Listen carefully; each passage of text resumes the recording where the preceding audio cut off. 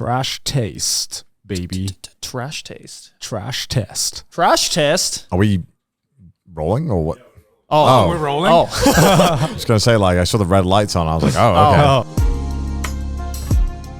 Hello, everyone. Welcome back to another episode of the Trash Taste Podcast. I'm Joey, and I'm with Garnt and Connor as usual. Hold on, I haven't had my morning stretch big yet. stretch I haven't had my from the morning big stretch boy. yet. Old man needs his old man stretches. It is, man. It is. Gone to his 4 a.m. walk, as all old men do. Dude, I must say, like, I started getting into the habit of just getting up and doing, like, 2-minute stretches. Like, once the moment I wake up, OP as hell. How's your circulation, bro? Bro, How's your circulation? I can feel the blood just like trickling through my legs. I'm just like, yeah. Because like I always had that problem. Do you guys have that problem when you wake up and you just like stiff as a brick? Yeah. I don't mean the other way. Where's this going? What is that? This is another episode of We Are Becoming Old. Joe, you rapidly aged in the past 4 years. Yeah, I know, because I never had that. You know, like fucking 3-4 years ago, right? I just fucking wake up and be like, all right, I'm good to go. Yeah. But nowadays, I wake up and I can feel like the cogs just. No, I don't have that. I don't have that. You don't have that? No, that's why you're the youngest. Yeah, that's why you're the youngest. Do you have that? Sometimes you can feel a bit stiff after you wake up in the morning. I don't know. You talking about like a dick or like? Well, that as well. I'm not doing anything with that in the morning, though. I'm not stretching that in the morning. Are we calling that stretches now? I get it. Like, is this a euphemism? Yeah, some things are stiff. Honey, I'm not jacking off. I'm having a morning stretch. Yeah. Like, I'm just saying. I just want to make sure we're on the same page. Yeah. No, but like I've just gone to the habit now because like now that I am approaching 30, now I know how you feel now, Garnt, because it's like my body is just not functioning in the morning anymore. I think you stopped exercising. Yeah, that too. that probably didn't help. Yeah. But like I've always been like super like not flexible. Yeah, like for the longest time, like I still can't touch my toes or anything like that. Yeah. Like I am rock hard. Pause. Okay, now he's doing this on purpose. I am rock hard in the morning. So, but now just, you know, getting up in the morning and just doing like what you were just doing and just 2-minute stretches. And it's like, oh, this is why people do stretches in the morning now. It actually, because I always thought it was like a placebo thing. Yeah. You know, because it's like hundreds of old people are just like, it's a placebo thing. Yeah, it's a placebo thing. Definitely not. Yeah, just get up, have your coffee, you'll be good to go. You told me that Ring Fit lied to me when it made me stretch. What the fuck? Dude, I always skip that shit. What? You can't do stretches, Joey. Come on. Oh, yeah. Now learned. I'm now feeling the consequences. I understand now. You're paying back like 20-something years of not stretching before exercising. Pretty much. Oh, my God. And now it's finally caught up to me, and I'm like, oh, maybe the stretches in the morning actually mean something. Yeah, maybe the doctor's advice was actually useful, and the doctor had a point, and he wasn't just like talking bullshit. Yeah, imagine. Jeez. But yeah, how have you guys been in the past few days? Connor, good, you've been taking care of your parents, right? I have, yeah. Your parents' first time, right? Yeah, it's their first time in Japan. Hello, everyone. I'm Connor's dad. Why are you talking like you're at a conference? I don't know. Family's coming in.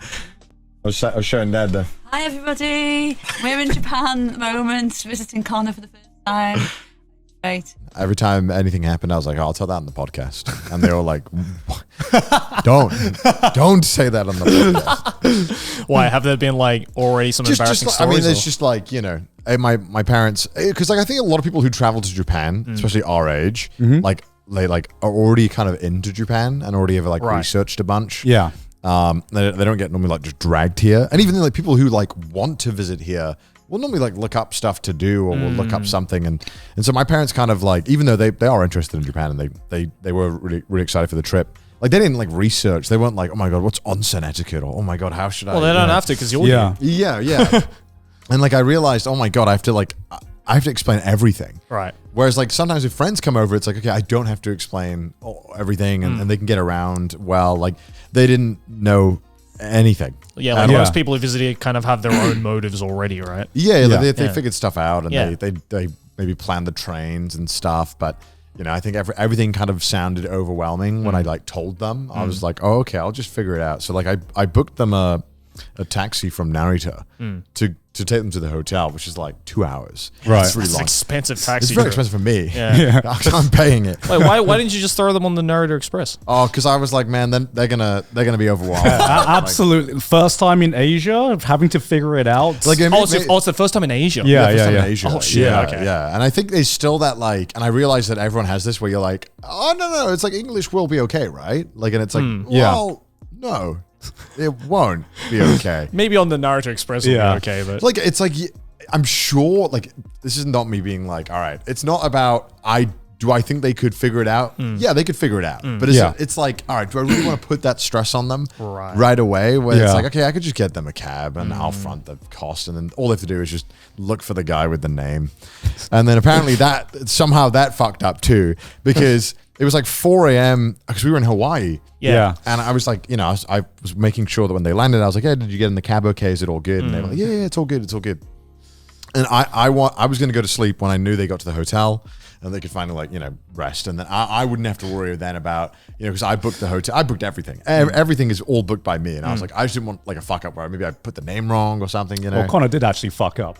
Because I remember because his parents, it's not just his parents that have come along, but we have a friend from England who's flown all the way here that I think landed on the same day as your parents. 2 days after. 2 days after? Yeah. Okay.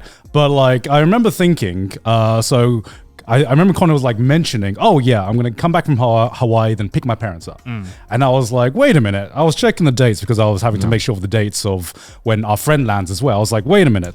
Connor mentioned his parents come back on this day, but we fly back from Hawaii the day after.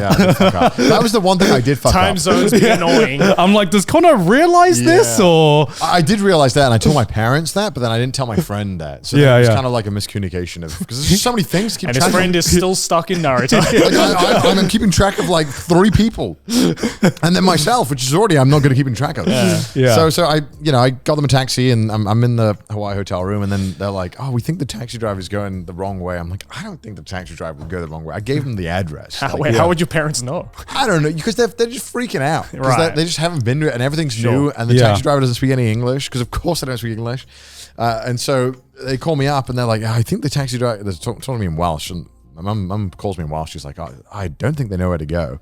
Yeah. And I replied in English. I was like, Mum, I don't think they can speak English. I don't think you need to speak to me in Welsh.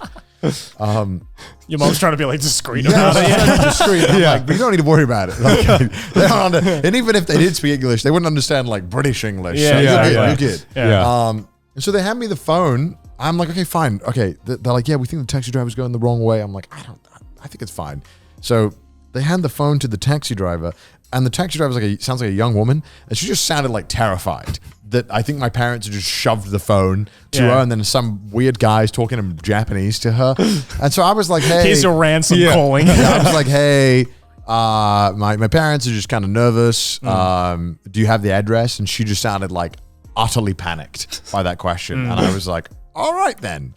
She was like freaking out. You can imagine how it is. Of course, yeah. She sounded very flustered and very panicked. And I was like, all right then. And I was like, I'll just hand it back. So I handed it back, and I was like, yeah, she knows where she's going. I didn't know. I was like, she must do. Like, Meanwhile, everyone in that cab is sweating. I'm like, don't worry about it. I'm sure she knows. And of course, she knew where she was going. Yeah. And I was like, this is so stupid. But then, and then I think it proceeded to be like, all right, let's, every little thing where I'm not there, they would like worry about it and then like double check with me.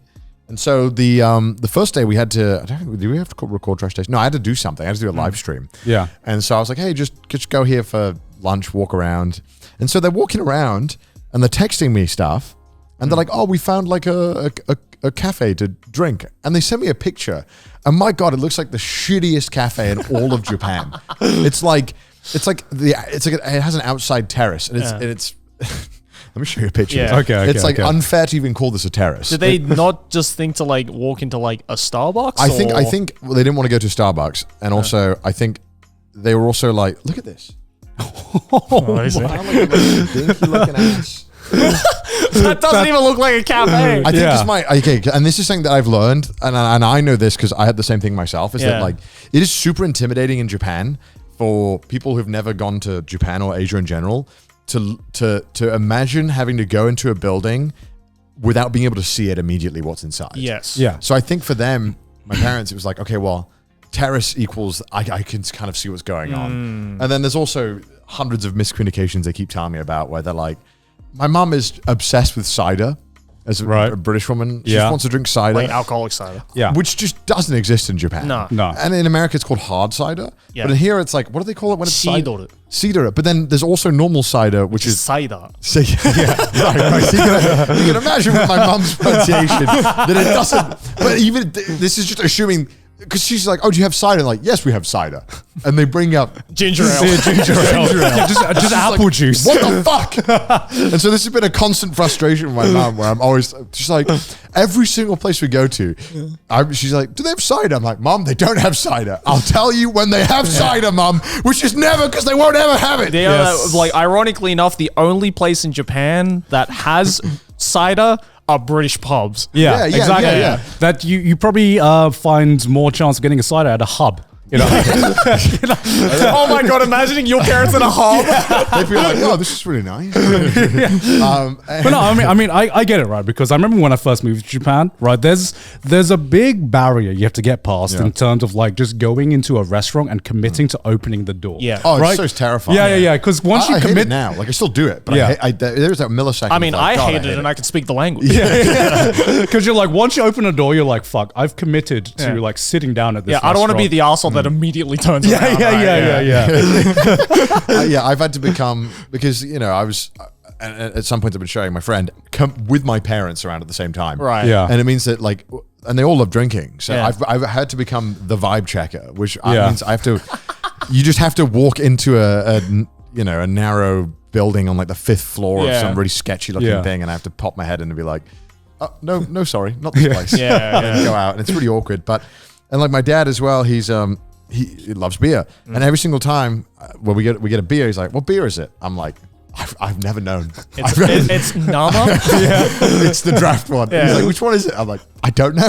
I've never questioned it in 3 years. It just always comes out tasting good." So I've noticed every time he asks me, I'm just like, "I just don't know. Just drink it. It's beer. It's fine. I'm like, every single time he likes the beer. And That's awesome. It's just like it's very fun taking them around, but after like multiple days of this, I'm getting the same question. I'm like, I'm losing my mind. I'm losing my mind being asked these questions over and over again. But it's been fun. They love the bullet trains. Everyone seems to love bullet trains as well. Every foreign person. I think people from outside Japan just like find that concept so insane. Yeah. Because it's like, I think like China is the only other country that has trains that go that fast. Yeah. I think no. Europe has high speed rail. Oh, does too. it? Yeah, I don't think it's nearly as well connected, or run on time, because I think like 1 million people a day use the Shinkansen, which is like insane amounts of. Well, I think people. it's also just like, I wouldn't say like the marketing, but like the prestige, because it was definitely like one of the first and one of the most famous, right? Yeah. It was the Japanese bullet train. Yeah. Like this is when like Japan was in the height of. It's like when you think Japan, you think the bullet train. Yeah. This is when Japan was like the height of the center of technology. Sure. You know. Yeah, they loved it. Yeah, and that image is just like stayed, because even my parents, right? I asked my mom and dad when they come to Japan, what do you want to do? My dad's like, take me on the bullet train. I was like, that's out of where? Out of everything, that's what you want to do. Oh, okay, Dad. Okay, he's just like, I'm excited for the bullet train. It's fun. It's not about the destination; it's about the journey. yeah, exactly. That is the destination. The bullet train's great. It's great. Seeing when the train leaves at 9:57, I can tell them, look at the clock. When it turns 9:57, the train's going. That's my favorite thing to do. It is fun. I'm like, watch. Yeah, watch. It's going to come right now. Like literally the doors close and go 9:57. I'm like, that's sick. That's awesome. I mean, they love that. My dad is fascinated by it. He loved all that. They like it so far. Like in most of the food they like. I've made them try pretty much everything. Yeah. And are they like generally okay with like food? Like, is their food palette wide or? I thought it was like non-existent. Right. So I thought they weren't going to eat anything. Right. But then they've eaten everything. Like that's good. We went out for dinner and this one place had, like, only served like raw meat. Yeah, it was basically a place that specialized in raw meats and fish.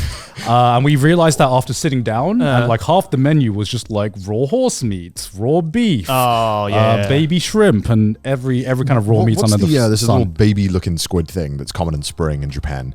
And that was the appetizer that came out. Baby squid. And it just looks like a full-on squid. Like hotaruika, yeah. Yeah, shrunken down. Yeah. Yeah.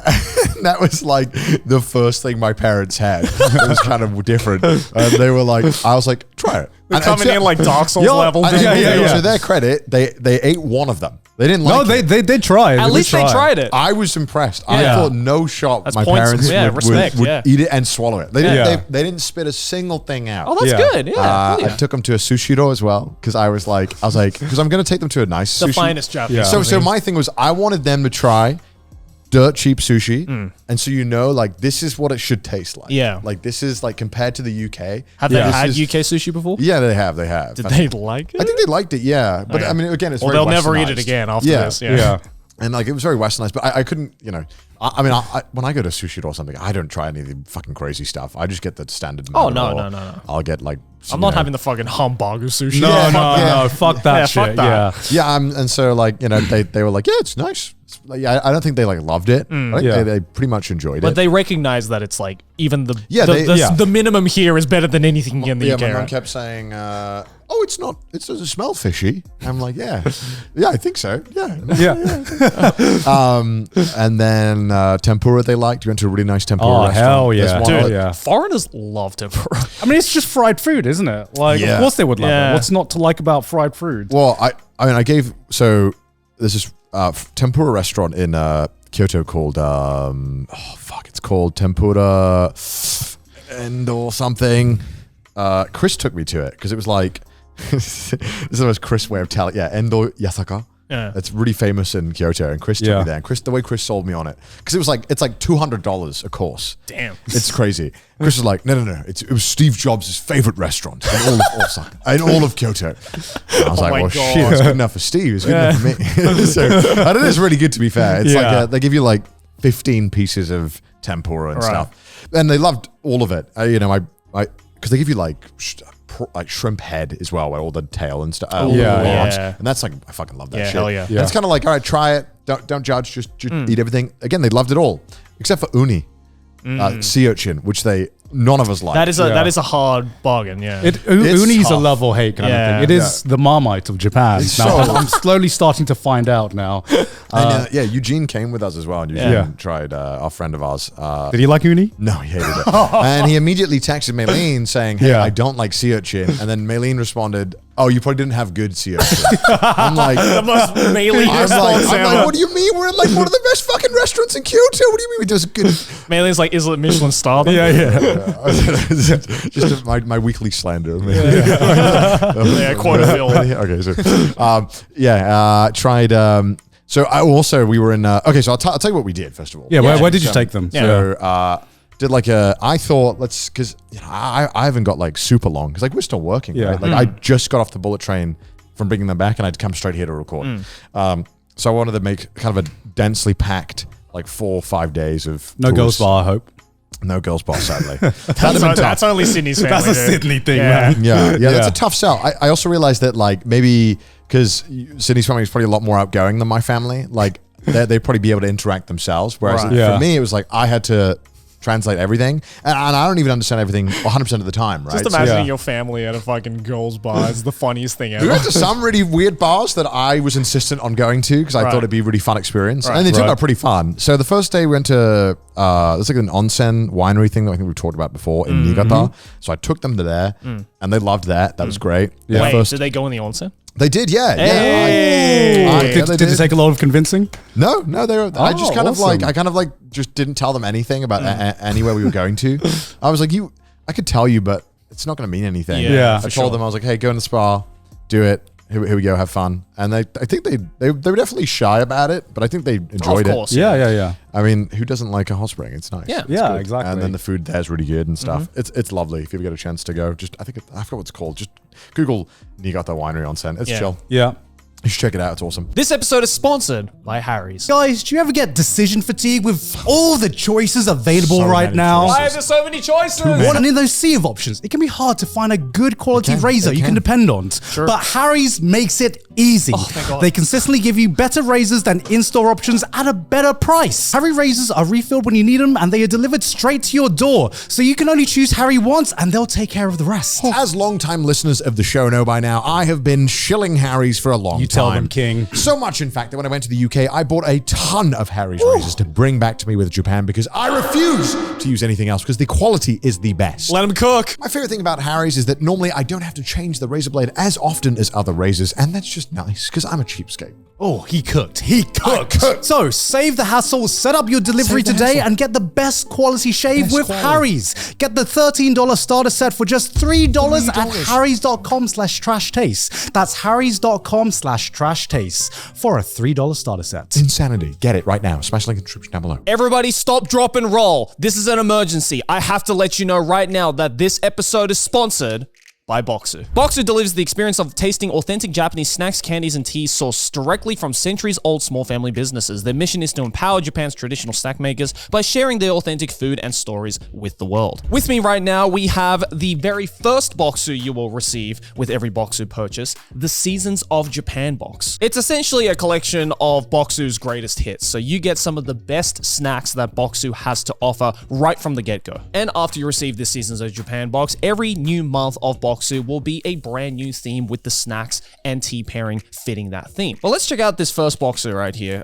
We have right here a Zawawa Sabure. This is kind of like a cookie, but this one is from Okinawa and uses Okinawan black sugar. The one thing I like about these is that they're not too sweet, which is, I think, a great way to kind of enjoy the little subtleties that Japanese snacks have to offer. And you don't want to wash these beautiful snacks down with just regular H2O. No, because Bokksu also offers a special tea packet that pairs with all of the snacks in the Bokksu. And since Mother's Day is just around the corner, why not be a good son and daughter and give your beautiful mother a beautiful Japanese Bokksu right here. So what are you waiting for? Click the link down in the description below to get a Bokksu for yourself and to get $15 off your own Bokksu Japanese snack box. Use our code TRASHTASTE at bokksu.com. That's BOKKSU.com, BOKKSU.com with code TRASHTASTE for $15 off your first order. Back to the episode. And then we went to Kanazawa, which I've never been to. You went to Kanazawa? Yeah. Why? Because it's kind of on the way. Yeah. So Niigata to Kyoto. Oh, I guess so, yeah. It's kind of on the way. So I drove there. It's better than Toyama, that's for sure. I thought it was like a 2-hour drive, and I was like, oh, chill, it's whatever. It's a 4-hour drive. It's long, yeah. And I was just like, it's just highway the whole time. And I was losing my mind just driving straight for like 4 hours. Yeah. It sucked. But we got there, and then it started like pouring it down. And holy fuck, there's so many tourists in Kanazawa. Really? So many. I know Kanazawa many. is kind of like one of those hidden tourist places. I don't think it's hidden. Well, hidden in the sense of like when you compare it to like Tokyo. Dude, it felt instance, more right? busy than like Osaka for tourism. Really? Dude, it was crazy how Wow. many. And You're the only person I know who's been to Kanazawa. I'd never been before because Yeah. I'd not heard much. And then I was like, okay, well, I should go because apparently there's this famous park and stuff. Yeah. Yeah. And I went there and I thought, oh, it's okay. This is kind of boring, actually. I think in my head now I'm realizing, yeah, because all the stuff that people talk about that you can do in Japan is just stuff that's accessible only by like bullet trains. Yeah, Yeah. exactly. Because like all the good stuff, in my mind, you have to like either drive to or get a train, then drive. Yeah. Yeah. Like genuinely, like a lot of the really amazing and fun stuff in Japan, you do have to rent a car or Yes. drive. Yeah. It's just so annoying. I mean, I kind of like that because to me, it means less tourists are there. Yeah. I mean, I wouldn't disagree, but I would say if it's your first time in Japan, you're No, going to you be definitely- no, for you're sure, going to for be sure, amazed for sure. by any way No, you no, buy no, for bullet sure. train. But for people like living in Japan, like us, where we've seen a lot of like the more, I guess, like normal tourist stuff, then a more like some of the more interesting things you have to get to by car. Yeah. Well, I think that's why my parents enjoyed Niigata a lot because it was like really quiet. There was like no foreign tourists at all. Yep. Yeah. It's really pleasant, really good vibes, very quiet. And then we went to Kanazawa and it's like really busy. It's nice looking around the park and stuff. But I was walking around this park and I was like, damn, I think like Shinjuku Park is better than this one. And I was like, and my parents thought that too. And I was like, oh shit, I came all this way to this damn park and I think Shinjuku's better. Yeah. What else is there to do there aside from the park? What is it famous for? I've heard so many, like, I know Kanazawa is a really famous tourist attraction for a lot of Japanese people. Yeah, there's a lot of old shopping areas, I think, that are styled after Japanese stuff. We didn't really go to that. And that night, I wanted my parents, even though it's not famous for it, it's, Kanazawa is famous for fish typically. Yeah. Right. But I was like, well, we should try eel. What's it called again? Unagi. Unagi. We should try unagi. And I wasn't going to tell them because my dad had mentioned like a few days before, he's like, I don't like eel. And I was like, okay, shit. Okay, well, I don't think this is eel. It's not eel. Bet. And so I was going to not tell them that it was eel. Yeah. And so I found this really nice unagi restaurant that happened to be a chain, actually. They had a few locations around Japan, but it's really good and really good reviews. And went in there and I was like, okay, cool. I'm not going to tell them it's eel. I'm just going to order a bunch of stuff. Sure enough, we sit down. Fucking everything has eels on it. Like theming wise. Like the chopsticks have a giant eel. The menu is one giant eel scroll. And I was like, all right, well, what do they say? What my parents are like, and it's all in fucking kanji, and I can't read it. So, but I know like what to order because I've been to unagi restaurants, and so I got this. So it's like, not an eel; it's a mudfish. I was like, no, it's like an extended fish. The menu is, the menu is big. They just stretch it out. It's like a Japanese fish that's only available in Japan. Not an eel. Preface is not an eel. And this unagi, I ordered like a bunch of unagi, and she's like, no, you should get the unagi sharing thing. I was like, what? I'd never heard of an unagi sharing thing. Right. And it was basically one of those giant, like in the cooking special where you cook that fish in, a giant clay pot. Oh yeah, where they just put all the unagi in, and they put like 3 portions in that instead of doing 3 little boxes. That sounds good. And it was super fucking good. Yeah. And my parents loved it. They were like, oh, this shit's good. Did you tell them afterwards? Though? Yeah, I told them it was eel, and they were like, oh yeah, we kind of figured it out.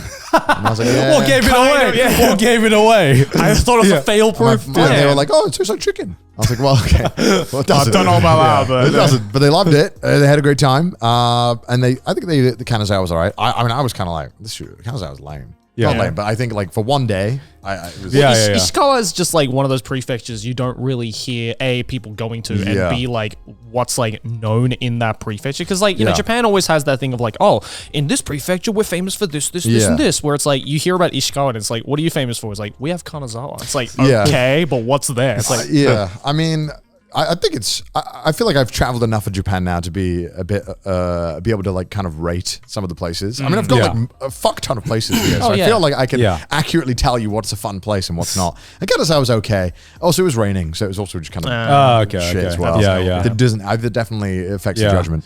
And then we went to Kyoto the day after. How was that? How many tourists? Oh my god, dude! Because I've only been to Kyoto now during the pandemic, and I've been 3 times during the pandemic, and each time it was slowly busier than the last, but it was never busy. Yeah. Like the first time I went, and you can watch this in my when I did the British town video. It's in Kyoto, this British town, and we filmed at the Kiyomizu-dera, the picture of Japan in every single tourist picture ever. The temple giant on top red of temple. a cliff, Yeah, and you can see in that video, actually, like we filmed at a thing, and you can see in the background, there's nobody there. There was no one at this temple.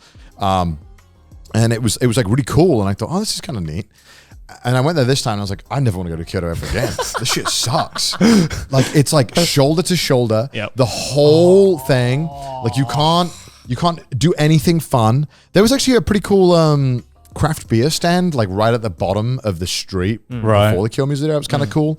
It was, and it served good beer. It was like standing thing. It was kind of fun. Other than that, but everything else was like, okay, the views were cool. I think they enjoyed that.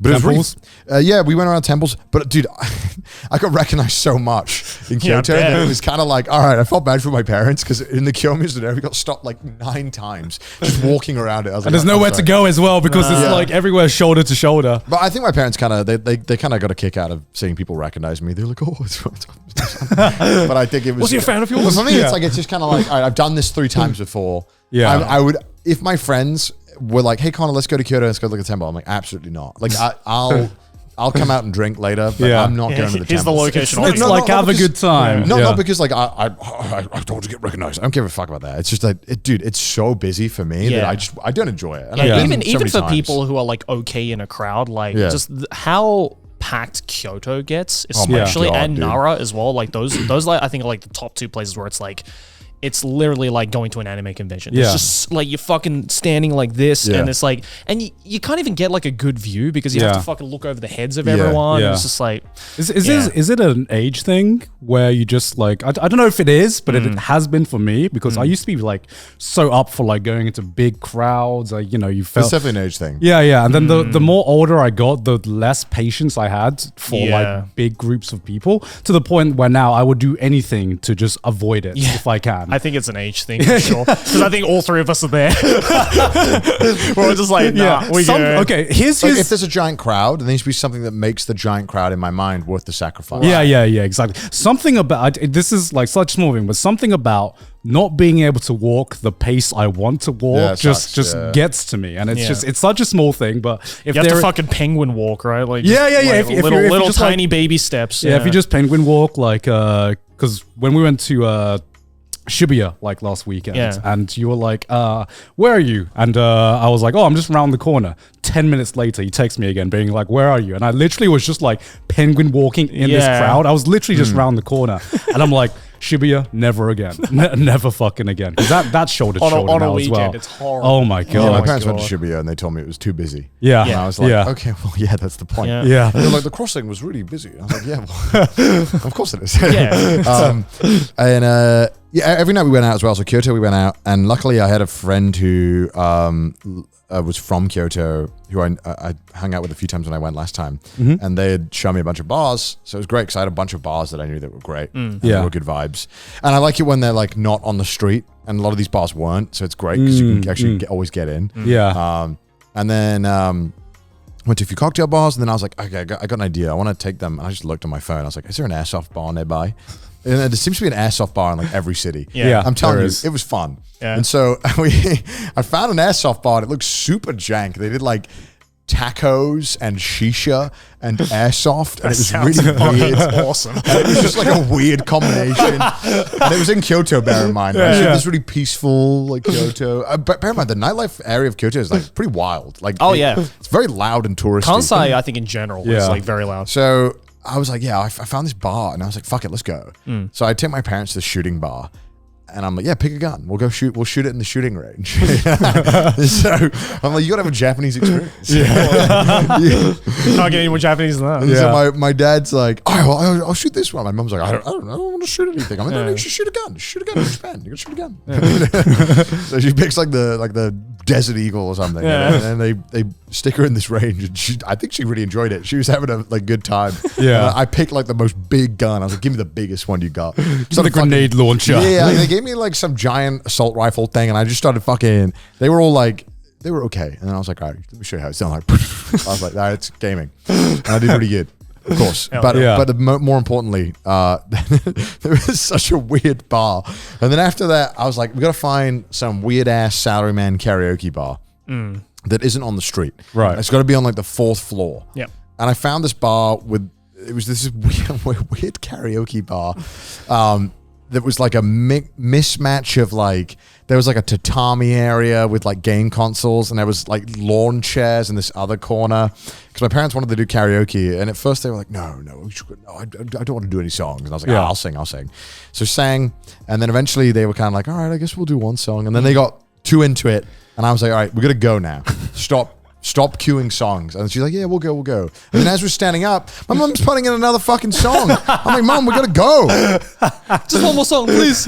Yeah. And then so she loved karaoke, and I think the Japanese bar owner was like, what the fuck is this? Because our friend came with us as well, and he was fucking awful at singing, and he was screaming. Of course, Eugene would be. Of was course screaming. he would be.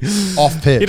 He doesn't strike me as a bit of a singer. He was like all off pitch, screaming, and then this guy was smoking his cigarettes before we came in. And the moment when our friend started singing, he was like, all right, I'm out. See ya. And he just left. And then I went in the toilet, and I posted on Twitter the tiny ass toilet, and I'm taking a piss, and just a cockroach just walks over my foot. And I was like, yeah, that seems about right. Yeah. I was like, oh God. Feeling right at home. Oh God. You know, I kind of love the vibe of those bars you find in Japan. I do. I love them as well. Because, you know, there are so many bars nowadays where, you know, people think about, oh, what's the concept of this bar? What's Yeah. the selling point of this bar? And then you find places like the airsoft shisha place, and it's just like some guy drunk at 3 a.m. being like, Dude, they were like just bros. Yeah, Like, they yeah, were all yeah. super chill. They were like, what do you want to do? yeah. I'm I was "Okay, like, cool." what, I feel like opening a bar. What should we have at that bar? Fucking airsoft There was, shisha? there was like a weird mural on the wall of like attack helicopters and jeeps. It was really weird. It was, Literally everything but Japanese. and it was Yeah, like yeah, it yeah. was just the weirdest fucking bar. It was When I just think of so Japan, I biz- think of airsoft, tacos, and shisha. Well, that's what I'm Classic. saying. Like, I'm like, let's go to the weird bars. Like, I think they really Yeah. enjoyed that. Yeah, We hell went to yeah. some like really nice ones, really like good sit down ones, but also a bunch of weird ones. Yeah. And the next day we, oh dude, like I was like really shocked. My parents were like, how are we getting to Osaka? I was like, I don't know. I'll figure it out in the morning. It can't be. And I took this for granted. Like, I think people when they come to Japan, like they feel really like intimidated by like transporting, getting places. Yeah. And I guess because we've just done it so goddamn much, it's like, dude, there's always a way. Yeah. There's always, you don't need to worry about it. You can Yeah. figure it out in the morning. Yeah. And like, luckily, because I knew that Osaka and Kyoto are super close. I was like, Yeah, I'm so sure it's there's 30 minutes away. yeah, I'm right? sure there's like commuter trains that we Yeah. can get. So I was like, don't Yeah. worry about it. And there happened to be a train station in like that had this train that went all the way there, and it was more of like it was kind of like a hybrid between a commuter train and like a Shinkansen, where it was like all the trains were laid out like Shinkansens where you get like a seat and table. Oh, like a Tokyo? Yeah, and I found this train. I don't know why I'm going to be like a train nerd for a second, even though I don't normally care. So we went to this like normal ass train, right? And then we go down to the platform, and there was like this kiosk on the platform where you could buy tickets to the premium car. The green car? Not the green car, because this is like a different line entirely. Right. And Right. they had their own branding and shit. And it was like a kiosk. It was like, if you want to go in the premium car, you got to pay to upgrade here. And I thought, Yeah. okay, fuck it. Let's see what it is. So I go up to the thing. Bear in mind, this whole journey from Kyoto to Osaka was like 300 yen. Yeah. Because it's like a normal ass transportation Yeah. train. Super close. Yeah. And so I thought, okay, well, how much can it be? Like, so I go up to this thing, and it's 500 yen to upgrade to this like luxury train. And I thought, oh, let's do it. Sure, let's see what it is. We get in, dude. It's like the nicest thing ever. It's like this train is immaculate. These seats are incredible, and it had like a chauffeur in the fucking seat. I couldn't believe this thing. Wow. I was like, 500 yen in the UK. This would cost like 400 quid Yeah. just to upgrade to this. I was like, Yeah. holy fuck, dude! It was so cool. I just got such a like. That made me so happy just finding that out, and that we just got on that thing, and it was super nice. And You I got was the like, first class of commuter trains. just randomly found this premium ass, and I wouldn't have found it unless I just happened to walk past that section of the car, because they had these two things where you could just pay with your Suica, like to upgrade Yeah. it. And I thought, dude, that's sick. And then the moment you walk onto the premium car, there's like someone is like immediately like, show me your tickets to enter the premium car. And he's all dressed up like really fancy and Yeah. stuff. Yeah, I'm like, yeah. This is sick. This is so sick. So we got to Hell yeah. Kyoto and got to Osaka, did that, and walked around Osaka, took them to like the Pokemon Center there Dalton body. because they were like they wanted to buy stuff for like nephews and stuff, and dude, there was a line of like 200 people to buy something at this Osaka. Of course there would Pokemon be. Center. Yeah, Okay. yeah. Checks out. out. Oh, because they have like regional shit, right? Yeah. Yeah, and I took them to there was a retro arcade, and I was like, you should check out some retro arcade. And I thought they weren't gonna like it much, but my dad was just playing Galaga for like an hour. Hell yeah. And I was Your like- dad's gamer The came game out. is in the blood, man. The gamer is in the I blood. was like, okay, I guess I'll play Metal Slug until he's done. And I was like, I'm chill with this. I can chill out. Just crushing it on Yeah, Galaga. yeah. I took him to Osaka Castle, which is probably my favorite touristy thing that I did. Osaka Castle was kind of sick. A lot of the touristy stuff in Japan I either haven't done or have done and thought it was kind of meh. Yeah. Because a lot of it's super overrated or super rammed. But Osaka Castle, actually, the view from it was really cool. Oh, okay. And all the historical stuff was really cool and quite interesting. Although there was like 2 floors of the castle, which you weren't allowed to photograph.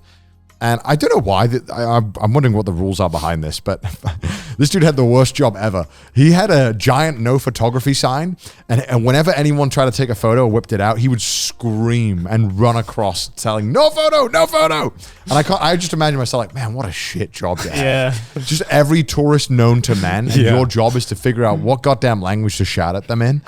Because people are going to take photos. Yeah, Like, they're just yeah, going yeah. to do it. Like, 'cause it's just how it is. And it just made me think, like, what is the what is the thought process behind not allowed? That guy ain't getting paid enough, man. Dude, nowhere near enough. But also, Polyglot goes to the effort to learn 12 languages and he gets that job. you got to figure out, like, you're like, damn, I think it just defaulted to English on everyone. Yeah. But I don't understand why we couldn't take pictures of it, because it was just miniatures of the castle. Yeah. And I was just in my head, I'm like, I don't know. Like, people are gonna take pictures like crazy. So I just feel like I don't know if I'm just being like a cynical. I'm like, hey, we should just let them take pictures. I mean, Japan's rules concerning like no photography is like it can be quite egregious. It's confusing because it was just only those 2 floors. Yeah. But the view from the castle is amazing. If you ever get the chance to go to Osaka, I mean, I'd recommend it. Osaka feels great. Yeah. Yeah. I normally I never do the touristy stuff because I think it's so lame. But this one actually it's probably the best view of Osaka as well. You get such a cool panoramic view of the whole city. Also, Osaka is just a really fun city. Yeah. So I took them at night I took them to Dotonbori. And they were like, yeah, I guess I've seen it in movies before. They were kind of underwhelmed by it. They were like, yeah, I guess it's kind of cool. I mean, I guess, it is just lights in it. I get it. They weren't impressed by the giant fucking crab mechanical thing that they have in like one of the crab stores. Oh, we didn't go past that one. Oh, you didn't? I just took them to we walked along the river and that's took them Yeah. Then we went out to drinking and it was fun. I mean, Osaka people are pretty fun. Yeah. I think I went to the one bar that was just only foreigners by accident. The hub. Like, we went in this cocktail bar and I thought, sick, dude. I found a sick cocktail bar. Yeah. And so we walk in and there's just like one other tourist person in there. Yeah. So in the time that we're drinking our one drink, the entire place fills with tourists. Yeah. And I was like, damn, this...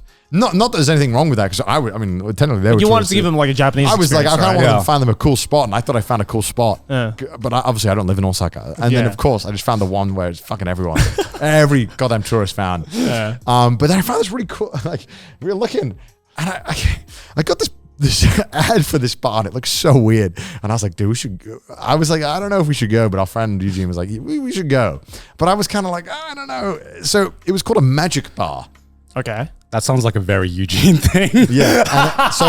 Here's the deal. So we found it, right? I saw it and I was like, I don't know. Yeah. And then he saw it. He's like, we should go check it out. And I'm like, Yeah. I don't know. It's in like literally on the alley that has just all of the sex stuff. Yeah. Right. And it's on like the 5th floor of a really dirty ass building. You know, and it's like one of like 6 bars on this 5th floor of this tiny building. So there's like max 5 seats. And the thing is, and this is what had me worried, was that if you sit down in this magic bar, you had to sit there for 70 minutes because you're paying for 70 minutes of magic, regardless. Oh, okay, yeah. So he does a little show for you. Yeah. You drink, and it's like, okay. Like the bartender is a magician. And it was like 3,500 yen each per person to sit down. Okay. And the bartender's a magician. Yeah. Now, I was like, this could be either the best thing ever or just the weirdest thing ever. Yeah. And so he's like, all right, we should check it out. I'm fine, I'll check it out. I'll and again, I'm the vibe checker. I have to go in, see if they're cool with a white guy walking in. And, you know, even though I'm talking, you know, and I'll explain to Eugene, I'm like, listen, there's like quick time events. The first 3 sentences matter so much in these bars. You have to nail every interaction in Japanese for them to be comfortable. Yeah, if you don't have communication 100, You need to nail exactly. the first 3 questions they'll ask you or the first 3 sentences, because otherwise they'll get super nervous and they'll be like, actually, no, don't sit down. We're busy. Sorry, we're reserved. Or they'll give you one of the excuses, right? So you need to nail it. And I'm like, oh God, I hate doing this, because it's just annoying, because then I'm like, I talk to them and then I'm like, here are my very foreign people with me. You know, because if it's me and then it's like everyone else speaks Japanese, it's kind of easier. Yeah. You know, but if I'm going to be the translator, and also like it's a different dialect as well. So sometimes I don't understand what they're saying and it's kind of awkward. But anyway, we go in this bar and there's no one in here. And it looks like just a normal ass weird bar. Yeah. Which just like, it's just a bar with a bunch of random stuff in it. Sure. And he seems kind of interesting, this guy. And he was called like, oh, fuck, I had the business card. Oh, he has a magic name? He has a magic name, but it's his name, but magic in front of it. So it's his surname, which is with Like Magic Mike. yeah, literally like Magic Mike. And we walk in, and the guy's like kind of friendly, a little bit precarious at first, but then he kind of warms up, and he's like, "Okay, cool. You okay with the?" He explained the rule again that we read on the Google. That was like, "Are you cool with the 3,500 yen? I don't want to like, you know, well, yeah, it's fine, it's fine." Yeah. And so he's kind of getting ready, and he makes us a drink, and then he's like, "Here, play with this thing. And he puts like this thing, the useless box. Have you seen this thing before? It's where you push it and then the thing comes out and just pushes it back. Yeah. It's like this. And I was like, oh God, is this it? Is this like the vibe? Like while he's getting ready, he just gives us this. And he tells my mum to just push it forward. And I'm like, okay, mum, push it forward. And she just presses it downward. And obviously nothing happens because you should push it forward. Yeah. Like, mum, push it forward. How do you fuck up the one thing you have to? So anyway, so he's doing that. And then he's still preparing some stuff. And then he comes back out, takes his useless box, puts his other thing, and it's like a coffin. And you press the button, and then just this eye opens, and a little thing goes, hoo, hoo, hoo, hoo. And I'm like, what the fuck is this bar, dude? What if the concept for the magic bar was like you walk in and it's like, all right, poof, your money is I was like, shit, this is That's the shit you give to 4-year-olds to be like, entertain yourself, I was like, dude, this man is really fucking setting the bar low. This is weird. Like, and then And then he goes back because he has like a little curtain in the bar, separated like 1/3 of the bar where I guess all his shit's in there. Yeah. So he goes in this curtain, and my mum is like looking terrified. She's like, "Can we go?" Or something. I'm like, "No, we've paid now. We have this. We committed. We're seeing how the show is turning out." He just comes back in, and then he's like silently walks in like a mime, and then he just smiles, and in his teeth are just glow up teeth. And he just starts making noises, and I'm like, She came out with the grills, and I'm like, what the fuck is this? I'm like, oh god. And you paid how much for this? This is 3,500 yen. Damn. I'm like, oh god, this is gonna be terrible. This is gonna be so bad. And then and then he again goes back into the closet, comes back out, and then I can't remember how this all kicked off. But he like whips out his wallet, and it's Louis Vuitton, and he opens his wallet, and it just sets ablaze. right? It's just that's all the money that he took from them earlier. Yeah. It's like, here's your money right now. It's a euphemism. I'm like, this is your But wallet. right, he's doing like to his credit, right? Like this whole time, he's like doing really fun, playful English. Like his English is pretty good. To keep my parents engaged in my friend, and I was like, oh, this is sick. And he made Joe being like, all right, okay, oh, that's all my money gone. All right, okay, I should do the magic now. And then closes his wallet. I can't remember why he did this. And then he started doing card tricks, and the card tricks are pretty fucking good. He started doing like really good, like, all right, is this your card kind of thing? And it was pretty standard stuff, and it was like, all right, that's pretty good. All right, this guy ain't bad. All right. And then he started doing these tricks, and he slowly got better and better and started doing better tricks. It was really fucking cool. And then he started doing this thing. I don't know if you've ever seen magicians do this, where they have like 2 elastic bands, and they keep somehow connecting them and disconnecting. Oh yes, Oh, yes. And he was nutty at it, like actually insane. And he would get my parents to hold the elastic band tight and it closed. And somehow he would keep connecting it and disconnecting it. Yeah. And it was like, okay, this guy's pretty fucking, he's pretty cracked. And then between like every like set of, so he would do like a bunch of different magic tricks with like one thing.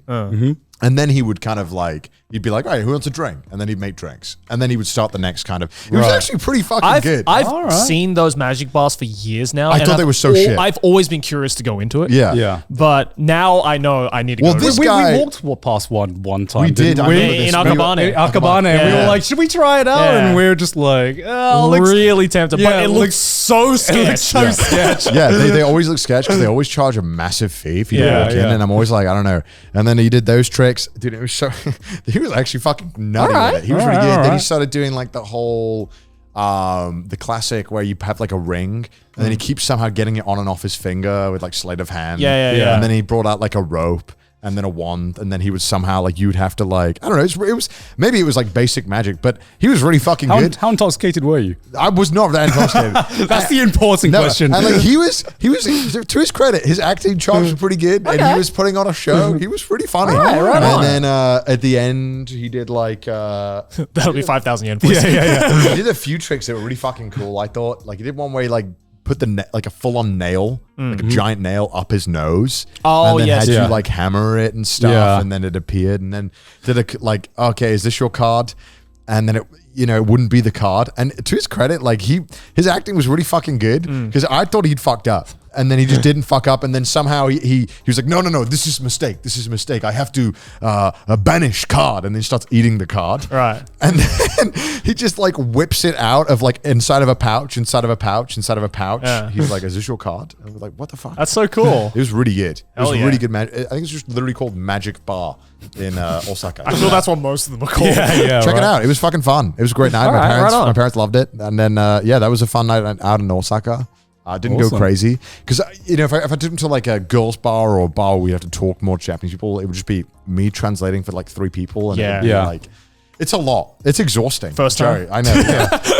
It's like, fuck, I just wanted to drink. I Yeah, don't want of to. course, yeah. No, because you got to play caretaker. Because you got. I did, but I was like, how do I Yeah. make experiences that don't rely on me translating every Yeah, 4 because seconds? you want to have fun as well. Yeah, I want to Yeah. not be exhausted. Yeah. You know, Right on. sometimes I'm driving, showing them around, and then I'm Yeah. translating all day, and it's like, oh my God, it's tough. Yeah, you forget, especially like after taking care of people, how much you just take for granted in terms Yeah. of how you know like the way the country functions. For sure, like yeah. you know, when you get asked like the littlest thing for everything, that kind of like adds up and adds up Yeah. and adds up. Yeah, like every they- single time. Yeah, they asked me. Especially if your dad is asking what beer this is every day. Yeah. But they ask, they had cover charge in one place because cover Right. charge is pretty common in Japan. You Yeah, pay yeah. 500 to 1,000 yen, and you get a snack or something. And my dad was like, "Did I get scammed?" And I was like, "No, it's normal." But he was just on guard with everything. Yeah, And yeah. like an ATM, he's like, "Is that ATM safe?" And I was like, "They're all safe. Every ATM's safe." I mean, I get where his concern Yeah. lies, Yeah, right? Because yeah. it's not all safe in Yeah, Asia. I told him, I'm Yeah. like, everything's safe here. Don't Yeah. worry. Yeah. Like anything, it's all good. It's all Yeah. safe. No Yeah. one's trying to scam you. No one's trying to do anything. Japan's probably like one of the countries in Asia where you can feel most at home, Yeah. feeling safe, not getting scammed. There's Just stay away from the back streets of Shinjuku and Shibuya, you'll be good. Yeah. Just Yeah. don't say yes if someone asks you to come into their bar, Yeah. and you're probably like safe. Yeah, I think. I told them to go to Osaka as well. I didn't want to go with them because I was like, this is. Oh, I bet I was, that was- I was really busy as well. Yeah. So I was like, I bet that knew- was fucking rammed. Yeah, they It told me it was is, really busy. it is, yeah. And- I took Sid's parents there. And Yeah. it's yeah. I mean, it's like Kyoto and just like one little area Yeah. in Tokyo. It's kind of tough because I don't think they have much interest in temples or stuff like that. I think they appreciate it, but they're not like they don't really. They're care not seeking about it Yeah. out. But I was like, you should go and check it out. It's kind of interesting. Yeah. And then they were like, "What's with all this with all the smoke stuff?" I was like, "Oh, the what?" They were like, "Yeah, in the shrine, everyone was blowing smoke on themselves." I was like, what? And I was like, "Oh, they meant like when they put the incense in the thing and then Yeah. they, Yeah. you know, To bless, yeah. Yeah. They kept asking me what all the when we went to Kyoto. They were like, "What is all this stuff with the shrine? Why do they always want money?" I was like, I guess God needs money. I don't know. Like, Yeah, man. I don't know. This need temple money. isn't paying for itself. Yeah. And I was like, damn, the upkeep, you know. And they didn't want to get their fortunes told. I was like, no, we should get our fortunes told. And then my mum got bad fortune. She's like, this is why I didn't want my fortune told. I always get bad fortunes. And I was like, no, it's fun. It's fun to find out. You remind me because I did the same thing with like Sid's parents as well. Same thing. Mum got the bad fortune, and she Yeah. was like, "I can't believe it. Of course my fortune's bad." And I'm like, "We need to just tie it up there." And she starts tying it up, and she's like, "Can I buy another fortune? Is that part of the Pay to game?" win. And it's just I like, want to be double blessed, actually. yeah. And I'm just like, Mom, you're a true gacha gamer on that right now. You've realized anything can be good luck if you have enough money. Exactly. And so she just kept going until she got the good luck charm. She wailed for the good luck. She wailed for the good luck. Oh my God. And I'm like, that's my mom. See, That's my I'm mom right so there. jealous that you guys have to get to have these experiences because I can't do that with my parents I guess anymore. so, yeah. I didn't think Right? about that. Yeah. Because like my mom is like already so familiar with it. My dad's come to Japan like fucking 30 times in his lifetime. So I'm just like, I don't have that like immediate, thing of like, let me show you the wonders of this country that I love Yeah. kind of deal, right? Yeah. Because it's like, I've done it with my, friends who have never come to Japan and stuff like Yeah, that. but it's And- different, right? Yeah, it's different. But I will say it never gets old seeing someone who's never been to Japan or never been to Asia and just seeing Japan and just like blowing their minds at the most fucking like senseless things ever Yeah. for no apparent reason. Like when I took like my university friends to Kyoto, for instance, like my friend just like one time we were on our way to Kyoto and he just stopped at a fucking like a vending machine. But it wasn't just one vending machine. It was like 6 vending machines all in a row. And he was like taking photos of this. I'm like, it's a fucking vending It's a machine, vending dog. Like, then we walked past like 20 of them. And he was like, yeah, but there's 6 of them. I'm like, God, why am I taking you all the way to Kiyomizu? They were impressed. So if you ever drive in Japan, you stop at one of the service stations. They were impressed by the giant. You've seen these, right? The giant coffee machines. Oh yeah. They have these massive coffee machines that make like kind of fresh coffee in like a cup, and it's all like timed. And this one has a screen showing you the coffee being made, and it was literally just a cup. And it was just like, okay. But they were kind of impressed by that. They're like, well, this is pretty good. And I was like, yeah, it is. Parents also not very good with chopsticks. My dad will probably want me to be like, oh, he's better than my mum. He'll probably want that to be said. Oh, they tried. They tried. It was tough. It was tough. We had with some gyoza, and that was kind of tough. Oh, those are slippery buggers as well. Yeah. Because I was like, we should try all the, because my favorite gyoza place does, they do the yaki gyoza, the normal type, but then they also do if you want to try, they can do the deep fried, boiled and the normal Age one. gyoza, Yeah. So it was like watching like the Looney Tunes like moment when my mum tried to pick up the boiled gyoza. She kept slipping out, splashing in the soy sauce, and I felt so bad. And I could see my mum was getting more stressed out. And I'm like, oh, I'm sorry. She's like, how do you get good at this? I'm like, I don't remember ever being good. I don't remember ever being like not able to do this. Yeah. I don't know. I realize now that not having chopsticks, learning chopsticks does kind of, take a while if you've never used it. But credit to my parents, they keep trying. Yeah. They never like ask for a knife and fork or be like, where is it? Yeah, I remember the first place we went to, the server actually brought them a knife and fork, and like I think your dad was like, no, I will not admit defeat. And I was like, yeah, that's Connor's dad, all right. Damn. No, well, I think that's the best thing, right? It's like, it's just the fact that I think the one thing I always appreciate about whenever I'm taking people to Japan or, wherever, is that like, if they're just like, even willing, they don't even have to like it. The fact that they're just willing to participate in the culture is like the best thing you can No, get. yeah, they're trying everything, and they're appreciating every aspect of the culture, which I'm very thankful respect, for. I knew they would, but in your head you're always worried. You're like, oh man, they don't really care that much about Japan, so they wouldn't give a fuck. Oh, good on them. Well, the one thing that I think is the hardest, and even for me this is kind of tough, is that you have to resist that urge to let the taxi driver pick up your luggage. Because sometimes the dude looks like, he's like 90, he's like half your size, and he's going to pick up your heavy ass suitcase. Yeah. And like, oh dude, it's like, he can obviously pick it up. Like he's fine to do it. And it's like, it's sometimes just easier. I'm like, just let him do it. Trust me, it's going to be so annoying if you had this problem sometimes when you try to put your luggage in and they're like, no, I want to do it. And it's like this whole thing of like, okay. I've had the opposite happen where like it was a super, super old guy, like frail as fuck, trying to pick up my luggage. And he like went to grab it. He didn't even like try to lift this thing up. He literally just grabbed the handle for about 2 seconds. And then just let go, and he looked at me. He's like, I'm like, all right, fine. Most of the taxi drivers always want to do it for you. Yeah. Well, because it's supposed to be part of like the service. I know. Right? And like, I think it's like the Asian kid in me, because my parents are like pretty old now, so I've gotten used to being like, no dad, for fuck's sake, you're in your 70s, let me carry the bag. I always want to do it. Yeah. So I'm like, every time I get to the taxi, I'm ready for like a little, not a fight, but like I'm ready to fight him to let me, give me that shit, okay? Get in the taxi, okay? I'm a young, healthy man. I can do this, okay? Don't worry about it. I mean, I try to do that, and if it is actually heavy, I'm like, dude, no, don't do it. But if it's like light, I'm like, all right, it's okay, fine. Yeah, of course. Yeah. Because it's like sometimes, especially at least for my parents, I told them to do that because I was like, you're not going to be able to communicate with them. It's going to be awkward. Just let them do it. Yeah. And then also, let them cook. Do not open the doors.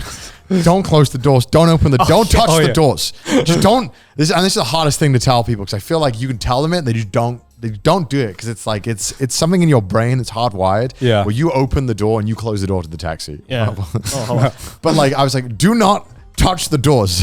I know you want to. Don't do it. They will open it for you. And so they're kind of getting used to it and stuff. And I get it. It's tough. It's tough to rewire your brain. It's hard traveling outside of Japan and unlearning that, because the amount of fucking times I've traveled out and I've just walked straight out of an Uber and just not looked back. Yeah. It's just, it happens every single time I've had the opposite where like I walk up to the Uber, I'm just standing in front of it, just waiting for it to open. I'm just like, oh. Yeah, I've had that. That 1 second. Yeah. Oh, right. Yeah. So they're getting used to it. So What are you planning to do with them for like the rest of your time? Yeah, how much 'Cause you longer guys- are they here for? For a few more days, so I'll probably just take them to some nice restaurants. Oh, yeah. You're gonna take them to Golden Guy? I might. Dude. I gotta stop drinking. I feel that. My I feel parents, they like drinking, so it's Yeah. like I'm like dying, but no drinking, please. Yeah, I probably will. I realize as well, like I don't mind eating out at a nice restaurant, but obviously to be a good son, I want to pay for them. Yeah. and I'm like, oh my god, paying for me for a nice restaurant every now and then is fine. Yeah. Paying for three people for a nice restaurant every day, back to back. I'm like, oh my god, this is adding up. I'm like, I'm going broke here. My accountant's asking me, it's like, what's going on, Connor? How many business dinners do you have today? Like- $600 on a tempura restaurant, Connor? Really? I was like, I really wanted the, because I'm like, man, you got to try it. And I'm like, they're only here one time. I should. Yeah, of course. Okay, fine, I'll pay it. So yeah, Do you think they're gonna come back at any time in the future? Yeah, I think they definitely want to go skiing. Yeah, that'll be awesome. I think they want to learn how to be a bit more independent here. It's just tough because I think learning It's understandable. yeah. learning languages at old ages is hard, Mm. and I think no matter how many times, I mean, because even I'm still, it's still hard to do it. Telling someone how to Sumimasen is hard. telling a British person to Sumimasen is we were in a- nigh on impossible. Yeah, and I we were- still can't do it. We were in a bar, right, and there's gonna be nights where they're gonna be out without me. Yeah. Yep. And I was like, man, I got to teach you how to Sumimasen. Like, you got to just do it. Like, Life hack in Yeah, I was like, yeah. you gotta learn. 'Cause if you want Yeah. a beer, you want to get attention, right? I'm like, if you want a beer and you want it right now, you got to Sumimasen. Yeah. So I told them, I was like, all right, try it. Say Sumimasen. And so they go, Sumimasen. I'm like, no. Oh. Louder, damn it. And even me, when I go like Sumimasen, they won't hear me. It's like, it's gonna be even more. Yeah. Yeah, I was like, yeah. You gotta do it. And then when they come over, just say biru. It's okay. You don't need to say any of the stuff. They understand. Just say it a little bit. And they're like, okay. And they try. And my dad's so bad at it. I could tell him what to say, and he'll just it'll all just forget the moment he gets to talk. Like, no, just say beer. One more, please. And I'm like, Dad, they're not going to understand one more. It's so Because tough. my dad's a fucking pro at Sumimasen now. Like, I believe it. yeah, I believe like it. the Of course. moment he sits down, he's just Sumimasen, like just across. He's like, he knows what's up. He's like, I don't give a fuck. Yeah. That's good though. Yeah. That's pro Sumimasen. That is Yeah, pro yeah. Sumimasen. Yeah. I can't imagine my parents being able to learn that. My parents are the most like reserved people on this planet. My mum's got this book that's Japanese phrases book, and she's using it sometimes, but I don't know how well it's working out for her. Right. She says it's working well. He's like, You've been teaching them like the phrases that need to be used aside from like. I try to. Well, one time I told them, I was like, hey, come, and I was like, hey, come to my apartment building, and I'll come meet you outside, because they were staying super close by, and so I go down to my apartment building, and they're just talking to a Japanese person outside my apartment building. I'm like, what the fuck are they doing? Okay. Like, don't bother people. What is this? Yeah. What is this? I'm like, no. They're not going to know what. So I go out, and there's just a woman looking really confused. Right. And then I'm guessing my mum was trying to confirm that this was the address. And I was like, Mum. I see what I'm saying. How'd you write that on the Yeah. And then she laughed, and I was like, well, don't talk to people. They're not gonna speak any English. What are you? especially in Tokyo. What the fuck? I was like, it was very wholesome, but I was like, oh god, oh no, they've been here for like 2 days and they're already like confronting strangers. I was like, oh god. Your mom just whips out the book. It's Yeah, like, she's it's my "Here's the time. book," and I'm like, oh my god, oh no. It's so cute. Yeah. This episode is sponsored by Grammarly. Gentlemen, do you want to English good? I do. Do you want to English better than we're Englishing now? Yes, please. Well, Grammarly is for you.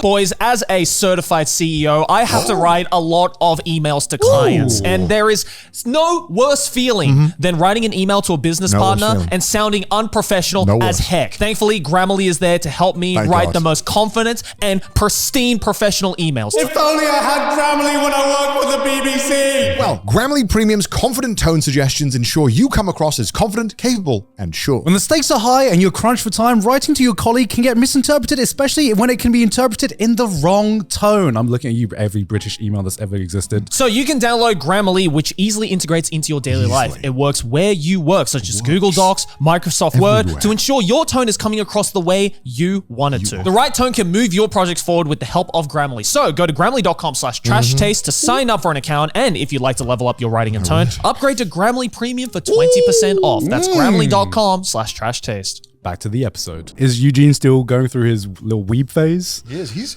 pretty good at saying stuff. He's like, Biru Hitotsu. Yeah. And he goes, and then when he gets a beer, he just goes, Biru des. I'm like, what the fuck?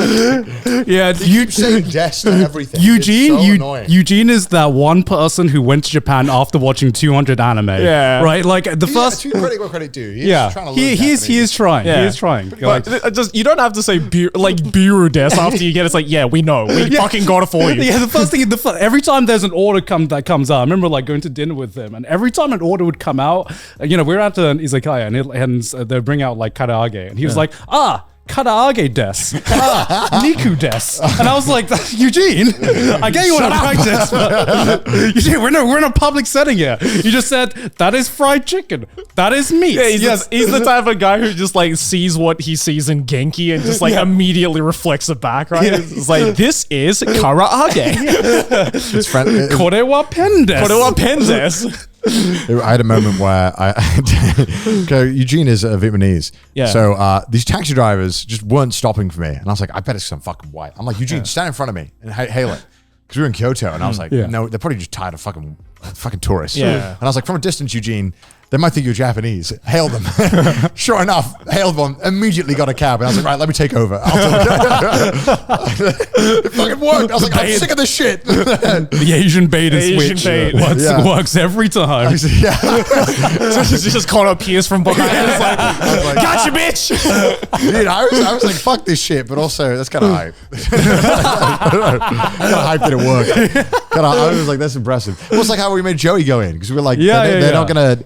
if I walk in, they'll be like, what the fuck? What is this white guy doing here? When? When we were in Totori. When we were in Totori. We made Joey walk in.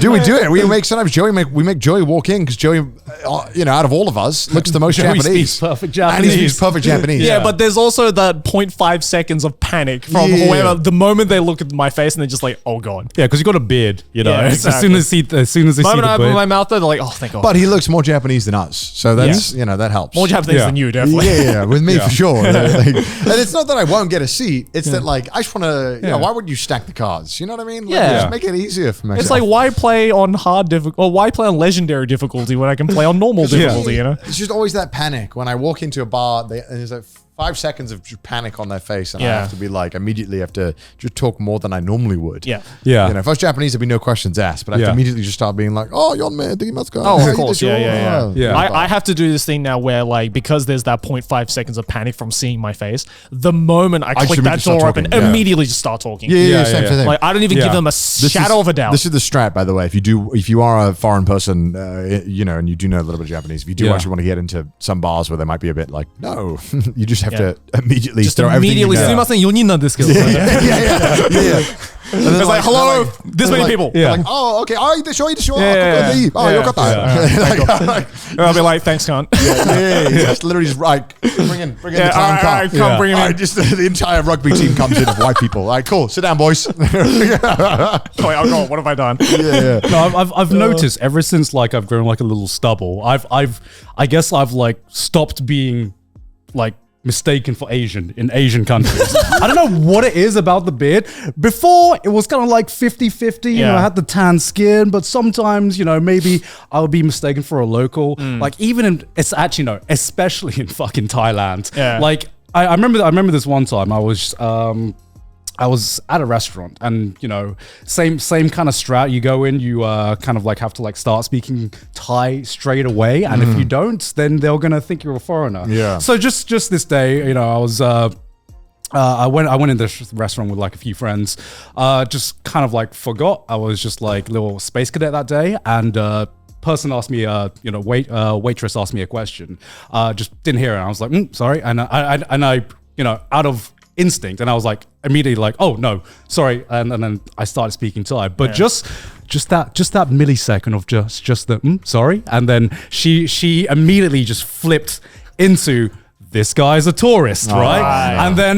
And so I start explaining to her, hey, I want this, I want that, and she in Thai, by the way, in local Thai, and she's just like, no, you need to do this. And I was just and I was like, I understand. Yeah. This is what I want. Again in Thai. And she would just refuse. She refused. I get that so often in Yeah. Japan. It's not even funny. I understand like the initial reaction of Yeah. they see my face, they're like, oh, you're not Japanese looking. So I'll Yeah. start speaking in just the most broken English possible. Yeah. And they start explaining shit. And then I respond back being like, oh, so on this there. Yeah. And then they're like, yes, so anyway. And I'm like, bitch, I just spoke Japanese. I understand. Bitch, I am one of you. Yeah. And I refuse to leave this place until I'm treated that way. God, like, It is fun seeing the like relieved look when you're like, oh, Nihongo ii desu. And then, Oh, yeah. they're like, Yeah. it's like nature is like healing. It's coming all back. They're like, oh my god, it's like, oh, amazing. Question, Jerry, because you've been in the situation forever. When you're like checking into a hotel, maybe you're at somewhere and you see like somebody who's like English speaking, having like a lot of difficulty with whatever they're doing. Do you ever like help, or you like see you losers? it's probably 50-50. Okay, all right. Where like sometimes like, if I'm say like at a hotel, right, and the person in front of me is like foreign and they're kind of struggling, Yeah. then it's like, well, I want to get checked in, so Yeah. I'll Yeah. help them out. They seem I like was they're in front of struggling. you. Yeah. But if they're like another person, Yeah. off to Yeah. the side, I'm just like, couldn't be me. And I just hang back to be like, let's see how they resolve this. Let's see how they pass this test. So it's a case by case, I think. But like, Yeah. there's every now and then, it could be maybe like, Tokyo Station or something. And I see like a family that's like clearly struggling to get around Tokyo Yeah, Station yeah, or something. yeah. Then sometimes if I have time, I'll be like, oh, you okay? Like, let me help you out, stuff like that. But it depends on my mood, really. Like, or if I'm like, I don't That's have true. time. If you're busy, like I get it. You got to go somewhere. Right? Yeah, yeah, exactly. But Yeah. sometimes I just kind of sit back and be like, I want to see how they figure it out. I had a few interactions where I was there was like one coffee shop, and it was a pretty big coffee shop actually. It was a really nice one, but they would call out your number, obviously in Japanese. Yeah, yeah. And this person ordered after me, and I figured that they were what their number was because they were right after me. And they looked like they were having nightmare of a time ordering. And then I felt bad, and then the number got called, and I went up to them, and I was like, "Oh, hey, by the way, that's yours. I'm pretty sure." And they were like, "Oh, okay, thanks." But then they seemed really confused that I came up to them and told them, but they weren't going up and getting their stuff, and I was like, "Okay, whatever." I don't know. Yeah. And there was the other time I was checking in. It was so bad. I was checking into the hotel, and it was all going well. And the person next to me, I guess they started speaking in Japanese to them, and even though my Japanese isn't like perfect, I could like hear that the way she was saying things was like not great Japanese. Like it didn't sound like natural, I guess, even though like I'm not great anyway, but like the pronunciation, I guess, I don't know. I'm the last person who should be judging. But she started speaking Japanese, then she started speaking Japanese, and then she just immediately was like, oh shit, I don't know what the fuck's happening. And I was kind of like, I was like, I don't want to help because she's trying. So I was just checking in, and it started just getting more painful and more painful. Right. And I was like, do you need help?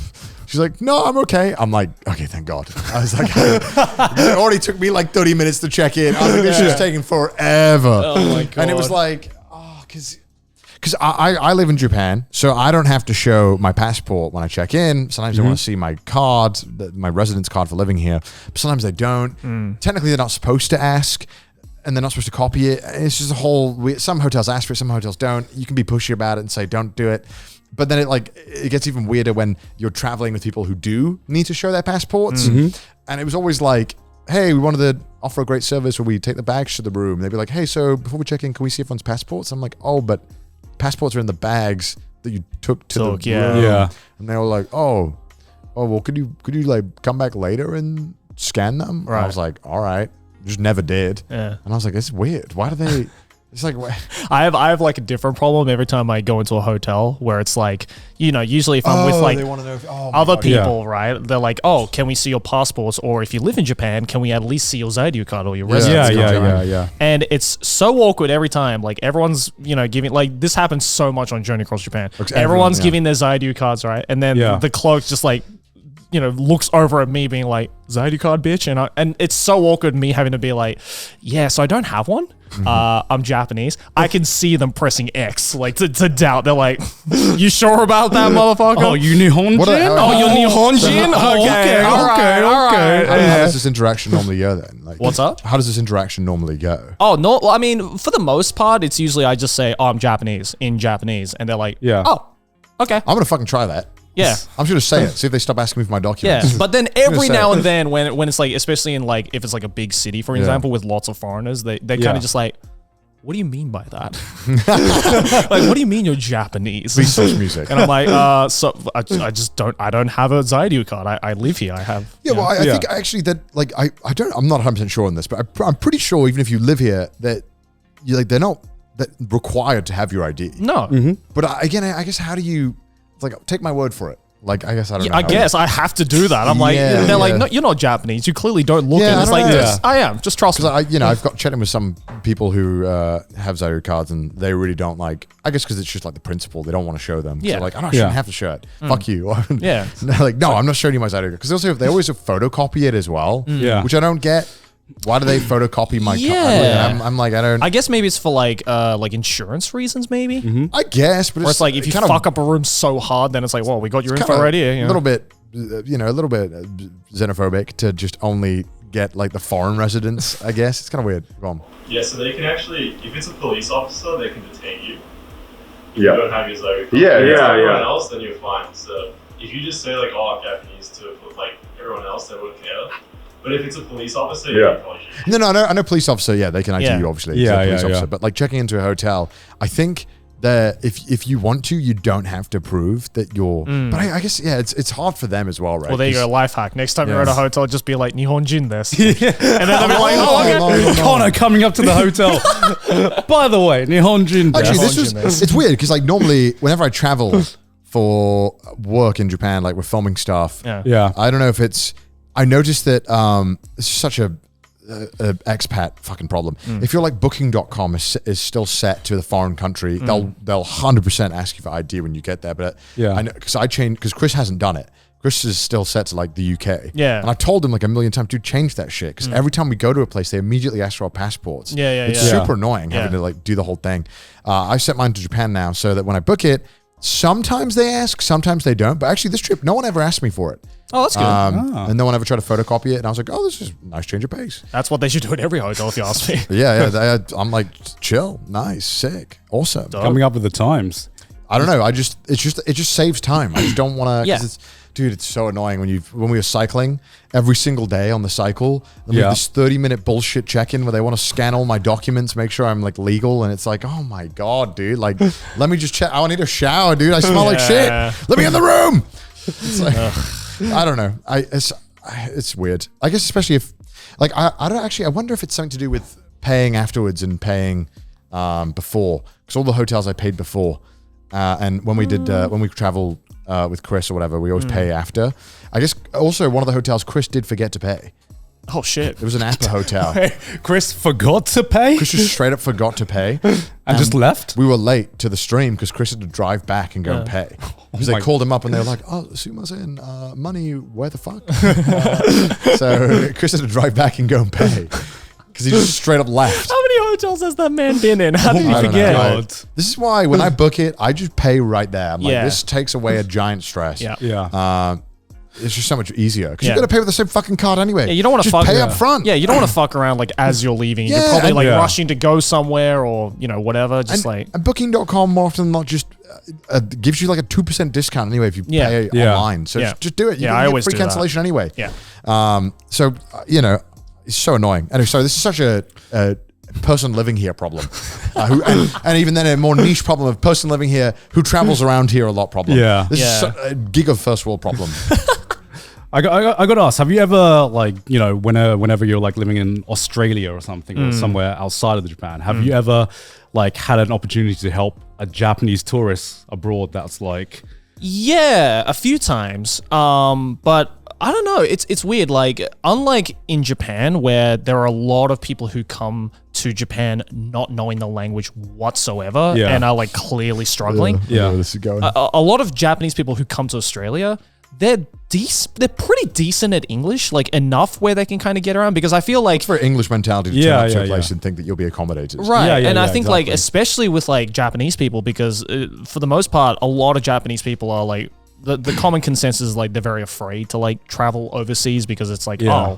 Japanese doesn't really work yeah. anywhere else outside Yeah. of Japan, right? So it's like I feel the people who are actually willing to travel outside of Japan to different countries are the ones that are already probably interested in like learning English or like learning a different language anyway. Yeah. So like I've never had that thing of like I've seen a clearly Japanese tourist Yeah. in Australia struggling because it's like, well, you probably know the bare minimum English to get around anyway. Yeah. So it's like, yeah, you'll be all right. Just God, I had a moment I was like so proud of. It was just like it made living here in Japan for like 4 years worth it, just for this Yeah. like one moment. Just because it was actually when I went to Thailand the last time, yeah.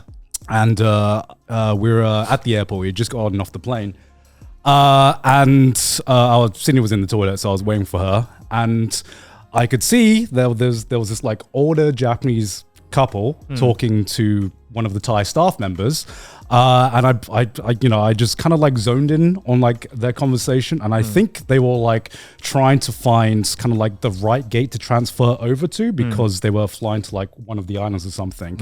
Now, like you said, they could speak like a little bit of English, Yeah. but it wasn't great. Yeah. But also the person that was kind of helping them, obviously Thai. Yeah. Her English wasn't great either. Dude, yeah, I saw this so much in Kyoto. It was like a different tourist trying to speak English to a Japanese person who also had bad English. Yeah. It was like a car crash So it's every time. So it was just like confusion on both sides. Yeah. There was a Thai person speaking broken English Oh, gosh. to a broken English older Japanese couple who couldn't also speak English, trying to best interpret that. So Right. I was just like, you know what? I think this is my moment. I think this is my moment. And so I come over and I ask I tell the person in Thai, is everything okay? I can speak like a little bit of Japanese. And she explains to me, I'm trying to explain to them the directions of the gate and the plane that I can get to. And I was like, thank God, I can actually, my language skills are good enough to like translate this. And then so I translate them to, I say what she says in Japanese and they go, It's like, why do you want to? Yeah, exactly. Classic, Exactly. And then they were like, oh, why do you speak Japanese? And I was like, I just literally flew from Japan. I live in Japan right now. Had a nice, pleasant conversation. And I was like, yeah, you go here, you go there. I hope you have a nice journey here. And I hope you have a nice day in Thailand. And it was just like, that was I don't know. Sometimes it's the little things in life, and I was like beaming. sounds wholesome. I was beaming all day just because that one interaction. I was like, yes. It's so weird because like in Australia, I've had so many instances where it's like it's that situation but flipped. Yeah. So it's like I could be like walking around in somewhere in Sydney, like somewhere where I'm like clearly know where I'm going. Maybe Yeah. I'm a little bit lost. Maybe it's because it's like a suburb I've never been to. Yeah. And I've had people who mistake me for a different nationality many times. Right. I remember one time I was in, I forgot where I even was, but it was a place I'd never been to before. And I was like looking for a particular, I think like restaurant or something to meet up with a friend. And I'm like, where the fuck is this place? And I'm like looking on my phone. I don't know where it is. Yeah. And this like dude he's just like, excuse me. And he just comes up to me. It's just like, I think he was like Indian or, maybe like, Pakistani, something like that. Yeah. And he just starts speaking to me in Hindi.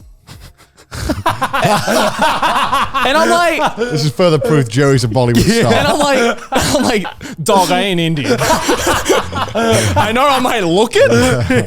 I love your movies. Yeah, he just starts speaking to me in Hindi, and I'm like, and I tried to tell him, I was like, sorry, man, I don't know what you're talking about. Yeah. And he just and he's like, oh, you speak English? Yeah. And I'm like, yeah, I speak English. I don't speak whatever the fuck you just spoke to me.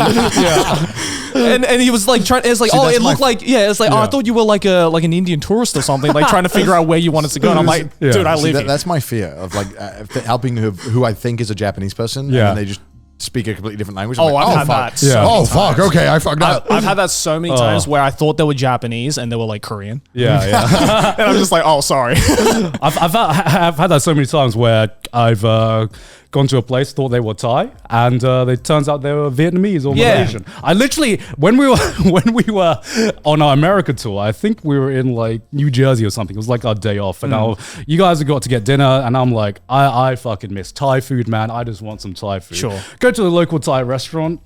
Southeast Asian guy serves me, and I'm like, oh my god, I'm back home, and I start speaking to him in Thai, and he's just like, sorry, I don't speak Thai. I'm Malaysian. I'm like, God damn it, man! I thought I was home right now. I thought I was. Everyone Does that gets mean the confused. Food is going to be whack or good? It was still good though. It was still good. God just It was immediately still good. walks out. He's like, all right, I'm done. Send it back.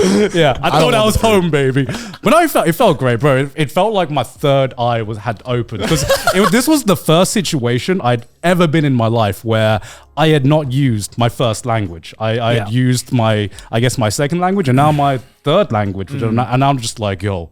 Is this the power of a trilingual? Validation. Yeah. Have I unlocked the trilingual power now? Oh my god, this feels incredible. Yeah. But hopefully that kind of like little moments like that, I'm just like, oh, I should study more Japanese now. Yeah, right. That's like reignited my passion for learning more Like Japanese. hearing stories like that makes me want to learn a third language, but I just don't know what. Yeah. Because it's Hindi. to counteract. It's obvious, dude. It's got to be Hindi, bro. When I start speaking Hindi, I'm like, well, funny you say that, actually. Bro, imagine how big your fan base would get if you knew Hindi, bro. God damn. It'd You'd be huge. you would quadruple your viewership Yeah, right. count. Bro, it would be game changing. Extra 1 billion fans right then and there, dude. Not gonna lie, dude. I'm gonna say it. I'm fucking sick of getting Nihongo Josu. I'm done. I'm so Wait, done how did with it take it. like 7 years? Oh, just you know what? I always thought there was a part of me that was like, it's super endearing. It's it's very humbling. That I look clearly not Japanese, and Japanese people are like, it validates that. Oh, my Japanese hasn't fallen off a cliff. You know, like considering that I don't actively study it as much as I used to because I just don't have as much time anymore. Yeah. But like. It's gotten to the point now where, like, I was in Harajuku a few days ago with Aki, and we were just doing some shopping or whatever, and I think I got every single store we stopped at immediately. Oh, Nihongo jozu desu ne. To me, and it's just like I know exactly why they're asking that. Yeah. and like I don't blame them for it. But it's this, now you've just started this conversation of, well, why are you so Nihongo Jozu, right? Interrogation. Yeah, Tell me why. Yeah, you're it's like, good at it's my- like so like, how did you study it? Did you how long have you lived in Japan? There's a myriad of questions that it can go down. Right? Yeah. And I've just gotten so sick of just having to do the same fucking dialogue option over and over. It's like, so my mom's Japanese. I lived here for a while. I studied it. You're the half NPC now. It's gone so, but now after all of the times that I've been Nihongo Jozu, I figured out the most optimal like conversation ender. Right. I just go, thanks. No more. That's all the info you're getting. Because I used to have to be like, my mom's Japanese, or like, I lived here, I studied here. Now if I just say arigato, that's it. And they're like, oh, okay, clearly this person does not want to talk. You chose the secret option route that just ends chose the option D. that just ends Yeah. that just ends the conversation. Do you guys still get it often? Yeah. Yeah. How do you guys feel towards it? I'm chill with it. You're yeah, well, you haven't had it as much. and as me. also, I'm not Japanese as well. For me, it's almost like an open invitation to kind of speak Japanese and practice a little bit. So Yeah. I'm kind of chill with it, but obviously you don't need That that. makes Yeah, sense. yeah. Yeah. It depends if they're nice or not, if they're annoying. Or, Oh no! Like, granted, like especially like store clerks and stuff like that who ask it, Yeah. super nice for the Yeah. most part. They're just trying to like have conversation, right? Yeah. Or, they're like genuinely impressed. But it's like now I'm just kind of like, I've done my shopping. Yeah, I'm going. Yeah, I mean, it's certain people when they say it and it starts conversation, I'm like, oh god. Yeah. Oh god, this is gonna be a long conversation. Like mainly taxi drivers. Taxi drivers here, because they're normally really old. You Yeah. either get like really good conversations or just like, You know what's so What are weird? you I've asking me? never had it in a taxi. Really? Yeah, never. I find that Japanese taxi drivers, they're either like the really talkative. Or not really talkative or just completely silent. Yeah. And you cannot get a word out of them. I don't know. Maybe I'm just like getting really lucky, or I don't catch taxis as often as you guys. But like, I always get the taxi drivers that are just 2-word answers. I got in the cab today with my parents, and it's always awkward because if when there's like 4 of you, and some of the taxi drivers, they don't want people to sit in the front. It's just like a preference thing, but it's like, hey, there's 4 of us. We gotta sit in the front. Of course, yeah. Yeah. And so it's like sometimes they're like, oh, fine, I'll move my stuff. And some of them are like, bro, some of them, they got shit everywhere. And you're like, ooh. Sat in this one taxi, dude was super old. Definitely like late 80s, like maybe 90s. And dude, I sat down on the front seat and it was wet. And I was like, oh, fuck. The fuck? I was like, oh, this is so nasty. I sit down. Dude is so old. And he's like, oh, dude, you're Japanese. Yeah, I'm like, oh, thanks, man. He's like, oh, where are you from? I go, I'm British. He's like, oh, gentleman country. I was like, maybe back in your time. Maybe not so much now anymore. Yeah.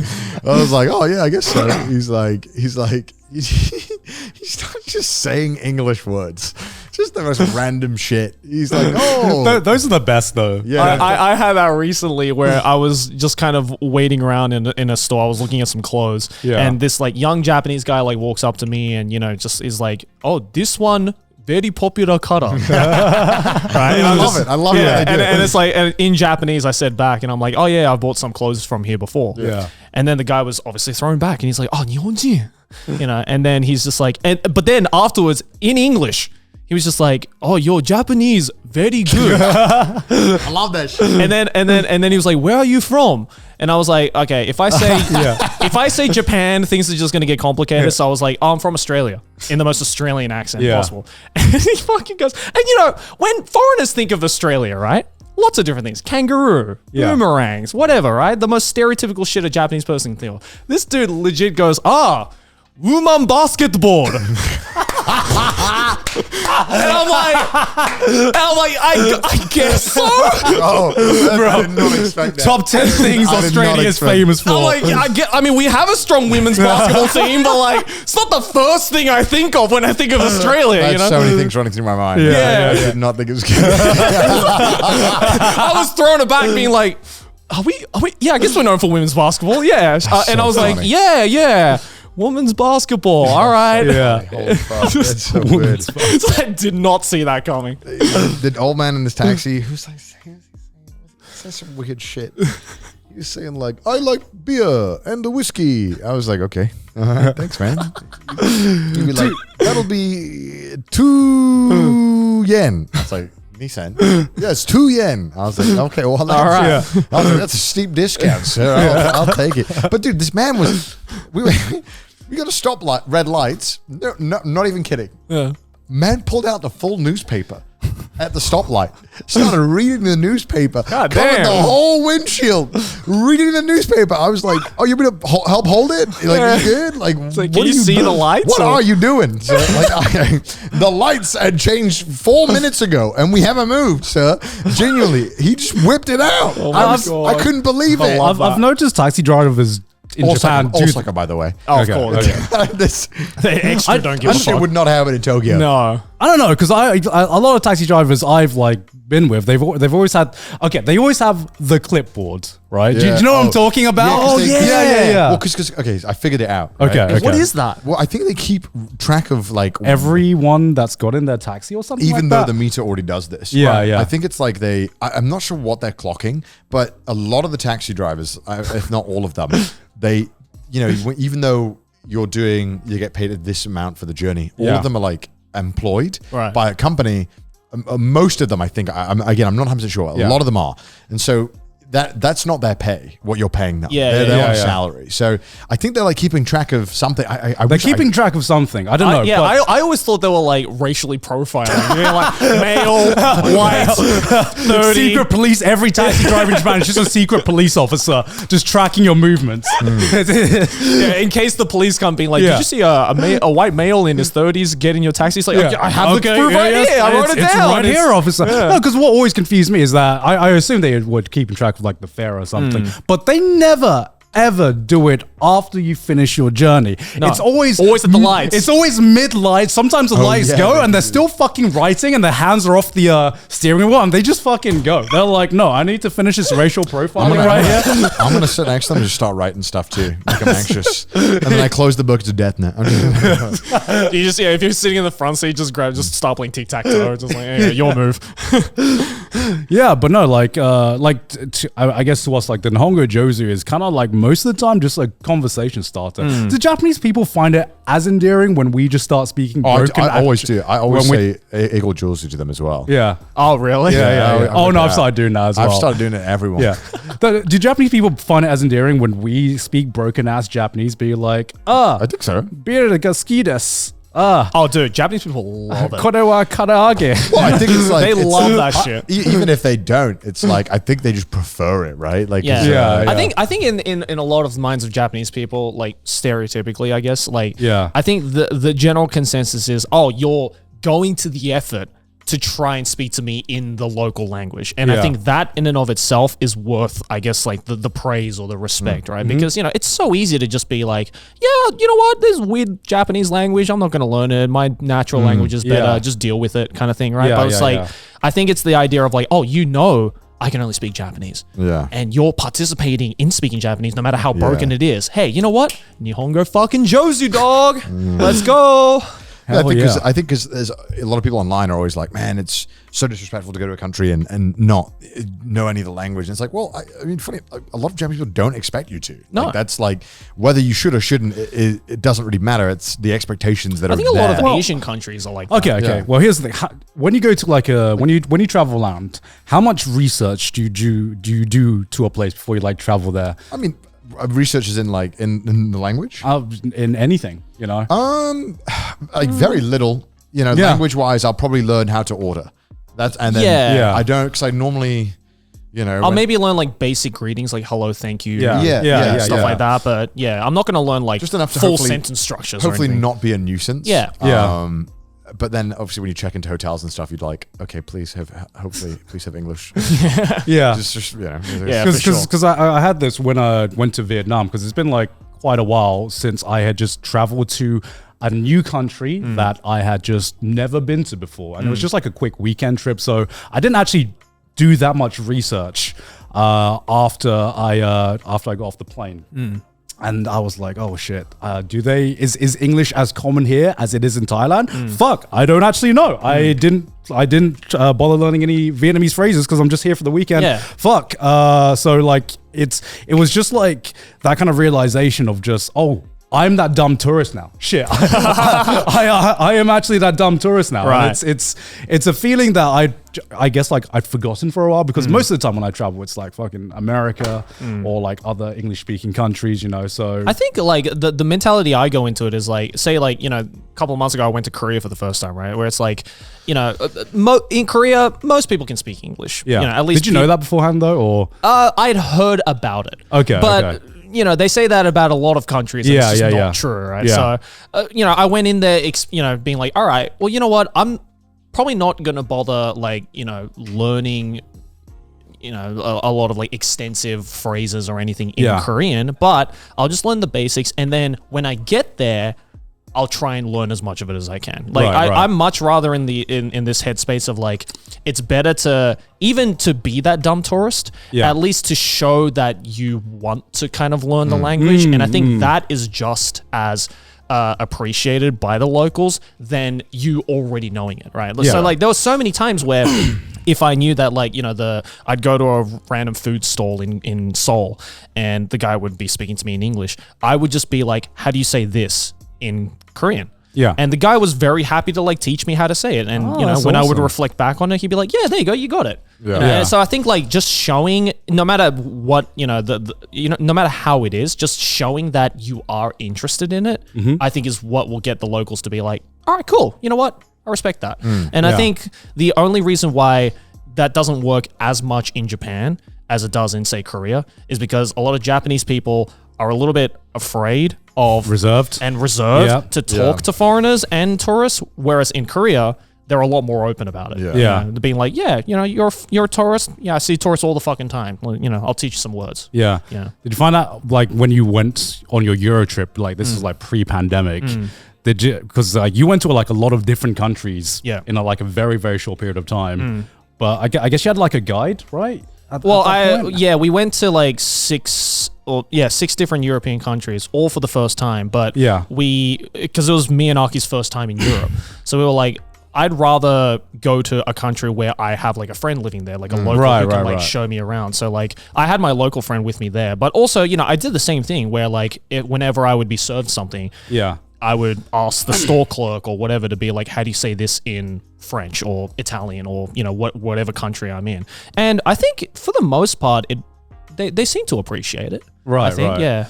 Yeah, I guess, Do I remember any of them? No. No, you remember it for that one trip. Yeah. Sometimes you just fly somewhere and you're like, maybe I'll just quickly Google some Dude, when phrases. I was in Finland, I learned so much fucking Finnish. I couldn't tell you a single fucking Finnish phrase right now. I think when you're a tourist, it's like, as long as you're not being a dick. Yeah. You're not disrupting anyone. I think it doesn't really matter. I think there's nothing wrong with being the dumb tourist. I think the problem lies in being the arrogant dumb tourist of like, you're not open-minded enough to like involve yourself in the culture. That's when you kind of get the stink eye. But if you're like, you can be the dumb tourist, just be like the curious dumb tourist. I think it's just looking up maybe like what the general kind of etiquette is on certain places before you turn up is probably just best. Yeah. You can watch a fucking top 10 list of things to do and don't do. Yeah. Like, in Japan and every other country on earth probably that just tells you, hey, this is a cool thing to do. This is definitely not a cool thing to do. Like, I think that's just, that helps. Yeah, I look into that for sure. Because the last thing I want to do is be the dumb tourist that also offends the country I'm in, Yeah, I think as long as you're, polite, I think, whatever. Who cares? We dunk on tourists. Yeah, we dunk on tourists a lot. Even though we a lot of the times we are tourists. Yeah, I think it's, ultimately, there's nothing wrong with being a tourist, of course. Yeah. Because you fucking have to be. Yeah. Everyone's a tourist. Yeah. But, I think it's just, hey, if you're chill, who cares? Okay, as an Australian, right? So in England, I don't know if this is just this is just like a British thing, but one thing I've noticed is, as a Brit, every time I see like a Brit abroad like making a fucking fool of themselves, which so I've bad. We're seen terrible tourists. so many times, I'm like, England's got the worst tourists in the world. And then I was talking to Sydney and she was like, no, Americans are the worst tourists in the world. And then one time I like met a French guy and he thinks they're the worst tourists in the world. As an Australian, do you think you are like the worst tourists in the world? Oh, or do you have- 100%. Yeah. Australian tourists. The more Holy shit. Actually, to be fair, the more I see Australian tourists, the more I'm like, I actually think Australians might Australian be the worst. tourists are the fucking worst, dude. Because they're so. What is it? I like how we It's went okay. from like, it's okay to be a tourist to like, Yeah. all right, let's racially Yeah. profile. It's okay to be a tourist as long as you're not tourist. Australian. No, okay, it depends because it's like it depends on the location with Australians, right? Because I think Australians in like say Tokyo or Osaka are for the most part pretty all right. Yeah. But say Australian tourists at ski resorts, fucking worst. They're horrible. You work with them, right? Yeah, like, I worked with them and Yeah. I can 100% say they're the worst. Yeah. Because like I think it's like Australian, I think a lot of Australian tourists because, for the most part, we're a very, very multicultural country. So we're just living in Australia, unless you're living in like the buttfuck middle of nowhere, you're most likely going to run into different cultures, right? Yeah. Whether you like it or not. So I think for the most part, Australians who live in cities are naturally inclined to understand that there are cultural differences wherever you go, right? Not just language differences. But I don't know what it is about the atmosphere of a ski resort in Japan that just makes Australians go, yeah, fuck the culture. I'm here to rip the snow, dog. I don't Alcohol. alcohol. That's what it A lot of is. alcohol. It's kind of set, like hotels are kind of like a dorm in a weird way. Like, Yeah. it feels like you're kind And of a lot back of in these like college. ski lodges, they do kind of like have more of like a Western feel of Yeah, like, yeah. just come in, it's casual, hang out with the people in the lounge area. Oh, they're all Australians as well. You guys will get along fine. Go, rip it in the snow, whatever. Yeah. But then they take that energy to the nearby village and the nearby cities. And it's just like, because I remember when I worked in Hakuba, I would, frequently go into like Nagano and like Niigata to do some work.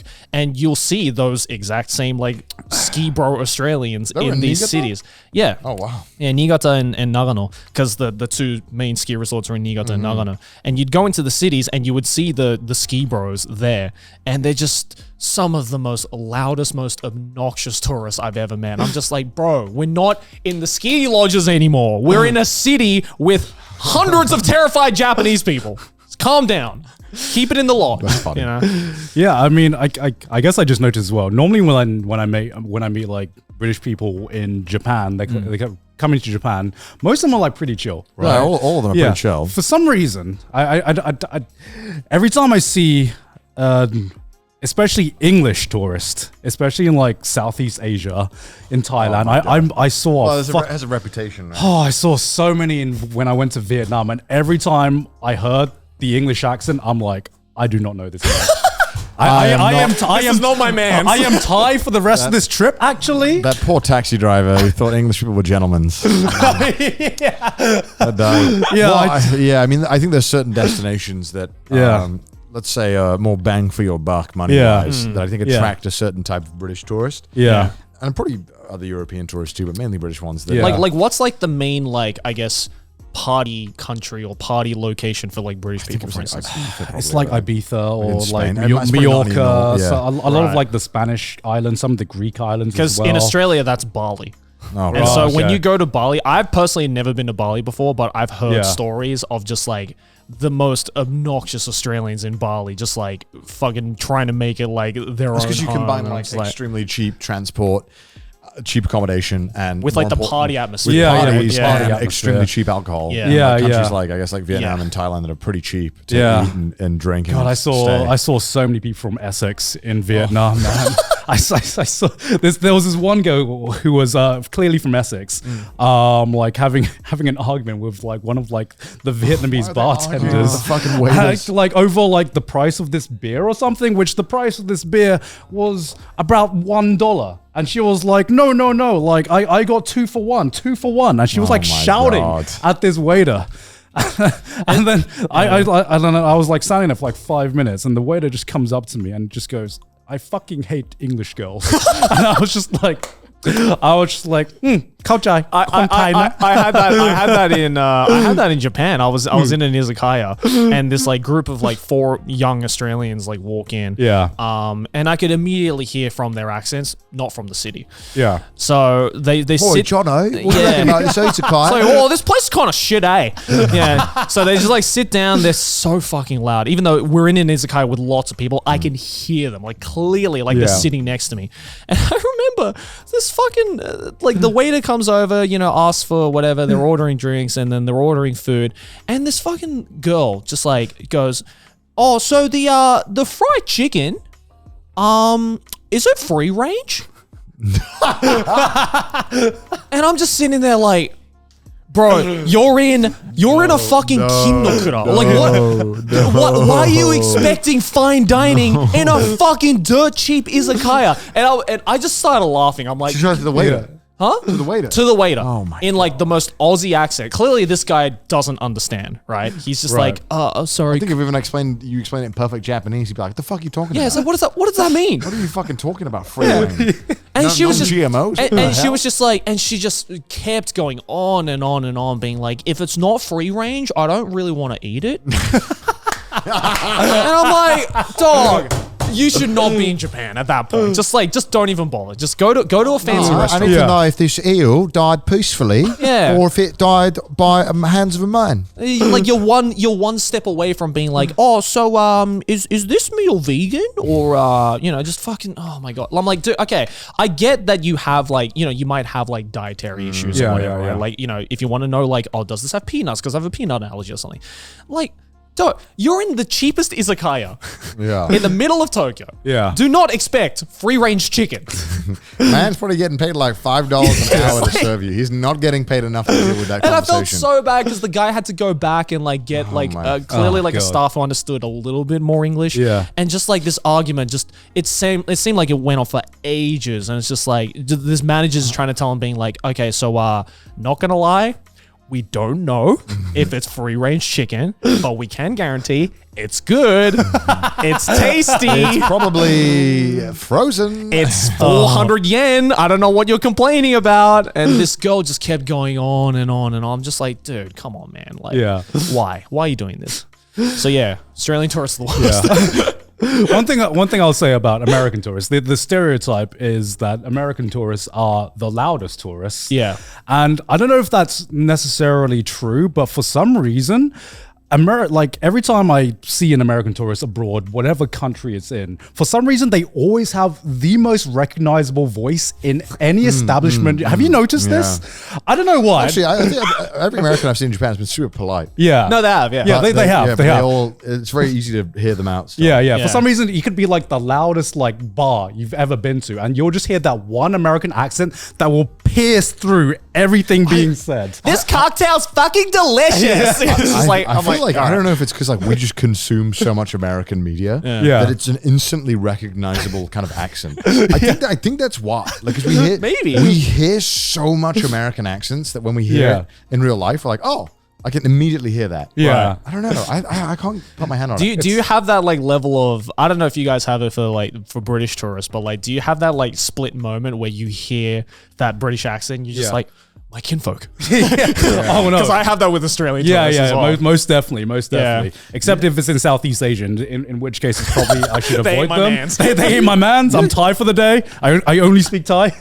You don't see a lot of British people in Japan though. It's kind of rare. Yeah, you It's a lot don't. of Americans and a lot of Yeah, which is Australian. why every Brit I've met here has been pretty cool so far, pretty chill. You have to like Japan to want to go here. Yeah. I think as a British tourist, Yeah. because it's literally the other side of the world.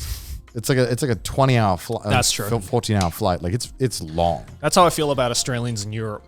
Yeah, like you gotta They've be committed. into Man. Europe. They've All right, you must committed. really like Europe. If you're gonna sit on a plane for 22 hours, all right. The good thing about Europe is if you don't like one of the countries, you're like, right, I guess I'll take the 20-minute cab ride to the next one. That's true. Yeah. Oh, you didn't yeah. like Liechtenstein? Well, you're lucky for you, you're a 5-minute walk away from anywhere else. Just across the road. Yeah, you're literally good to go, like wherever you want to go. Oh my god. But that was our tourist experience from our home countries. Yeah. I'm curious about tourist experience know down from below. your own country. Do you have the worst tourists in the world? Are your Please let chickens us free know. range? Are your chickens free range? If so, I'm Yeah, not eating. because I'm curious because talking to one of my French mates, he said we have the worst tourists in the world, and I'm like, how can you say that when you're neighbors to England? I thought we like just hated each other. I think it's the location, right? Depends on Yeah. which country you're in. True. For the Yeah. worst tourists, right? That is true. That is but yeah, true. hopefully you also learned some tourism life hacks for Japan as well. Feel free to Yes. use them on your next visit. But hey, look at all these patrons though. Oh, look at all these people. Hopefully they're not annoying tourists. I'm sure they're I'm not. sure They're the they're best. No, not. you guys are on Yeah. Patreon. You guys are They good know Yeah. everything about Japan. Yeah. They're Yes. fucking 190 goddamn episodes deep. in Yeah, the hell show. yeah, exactly. Yeah, because this is the best place to learn about it. You already know way too much about Japan. But hey, if you like to support the show, go over to our Patreon, patreon.com/trashdays. Also follow us on Twitter, send us some memes on the subreddit, and if you hate our face, listen to us on Spotify. And we'll see you all next week. Bye. Bye.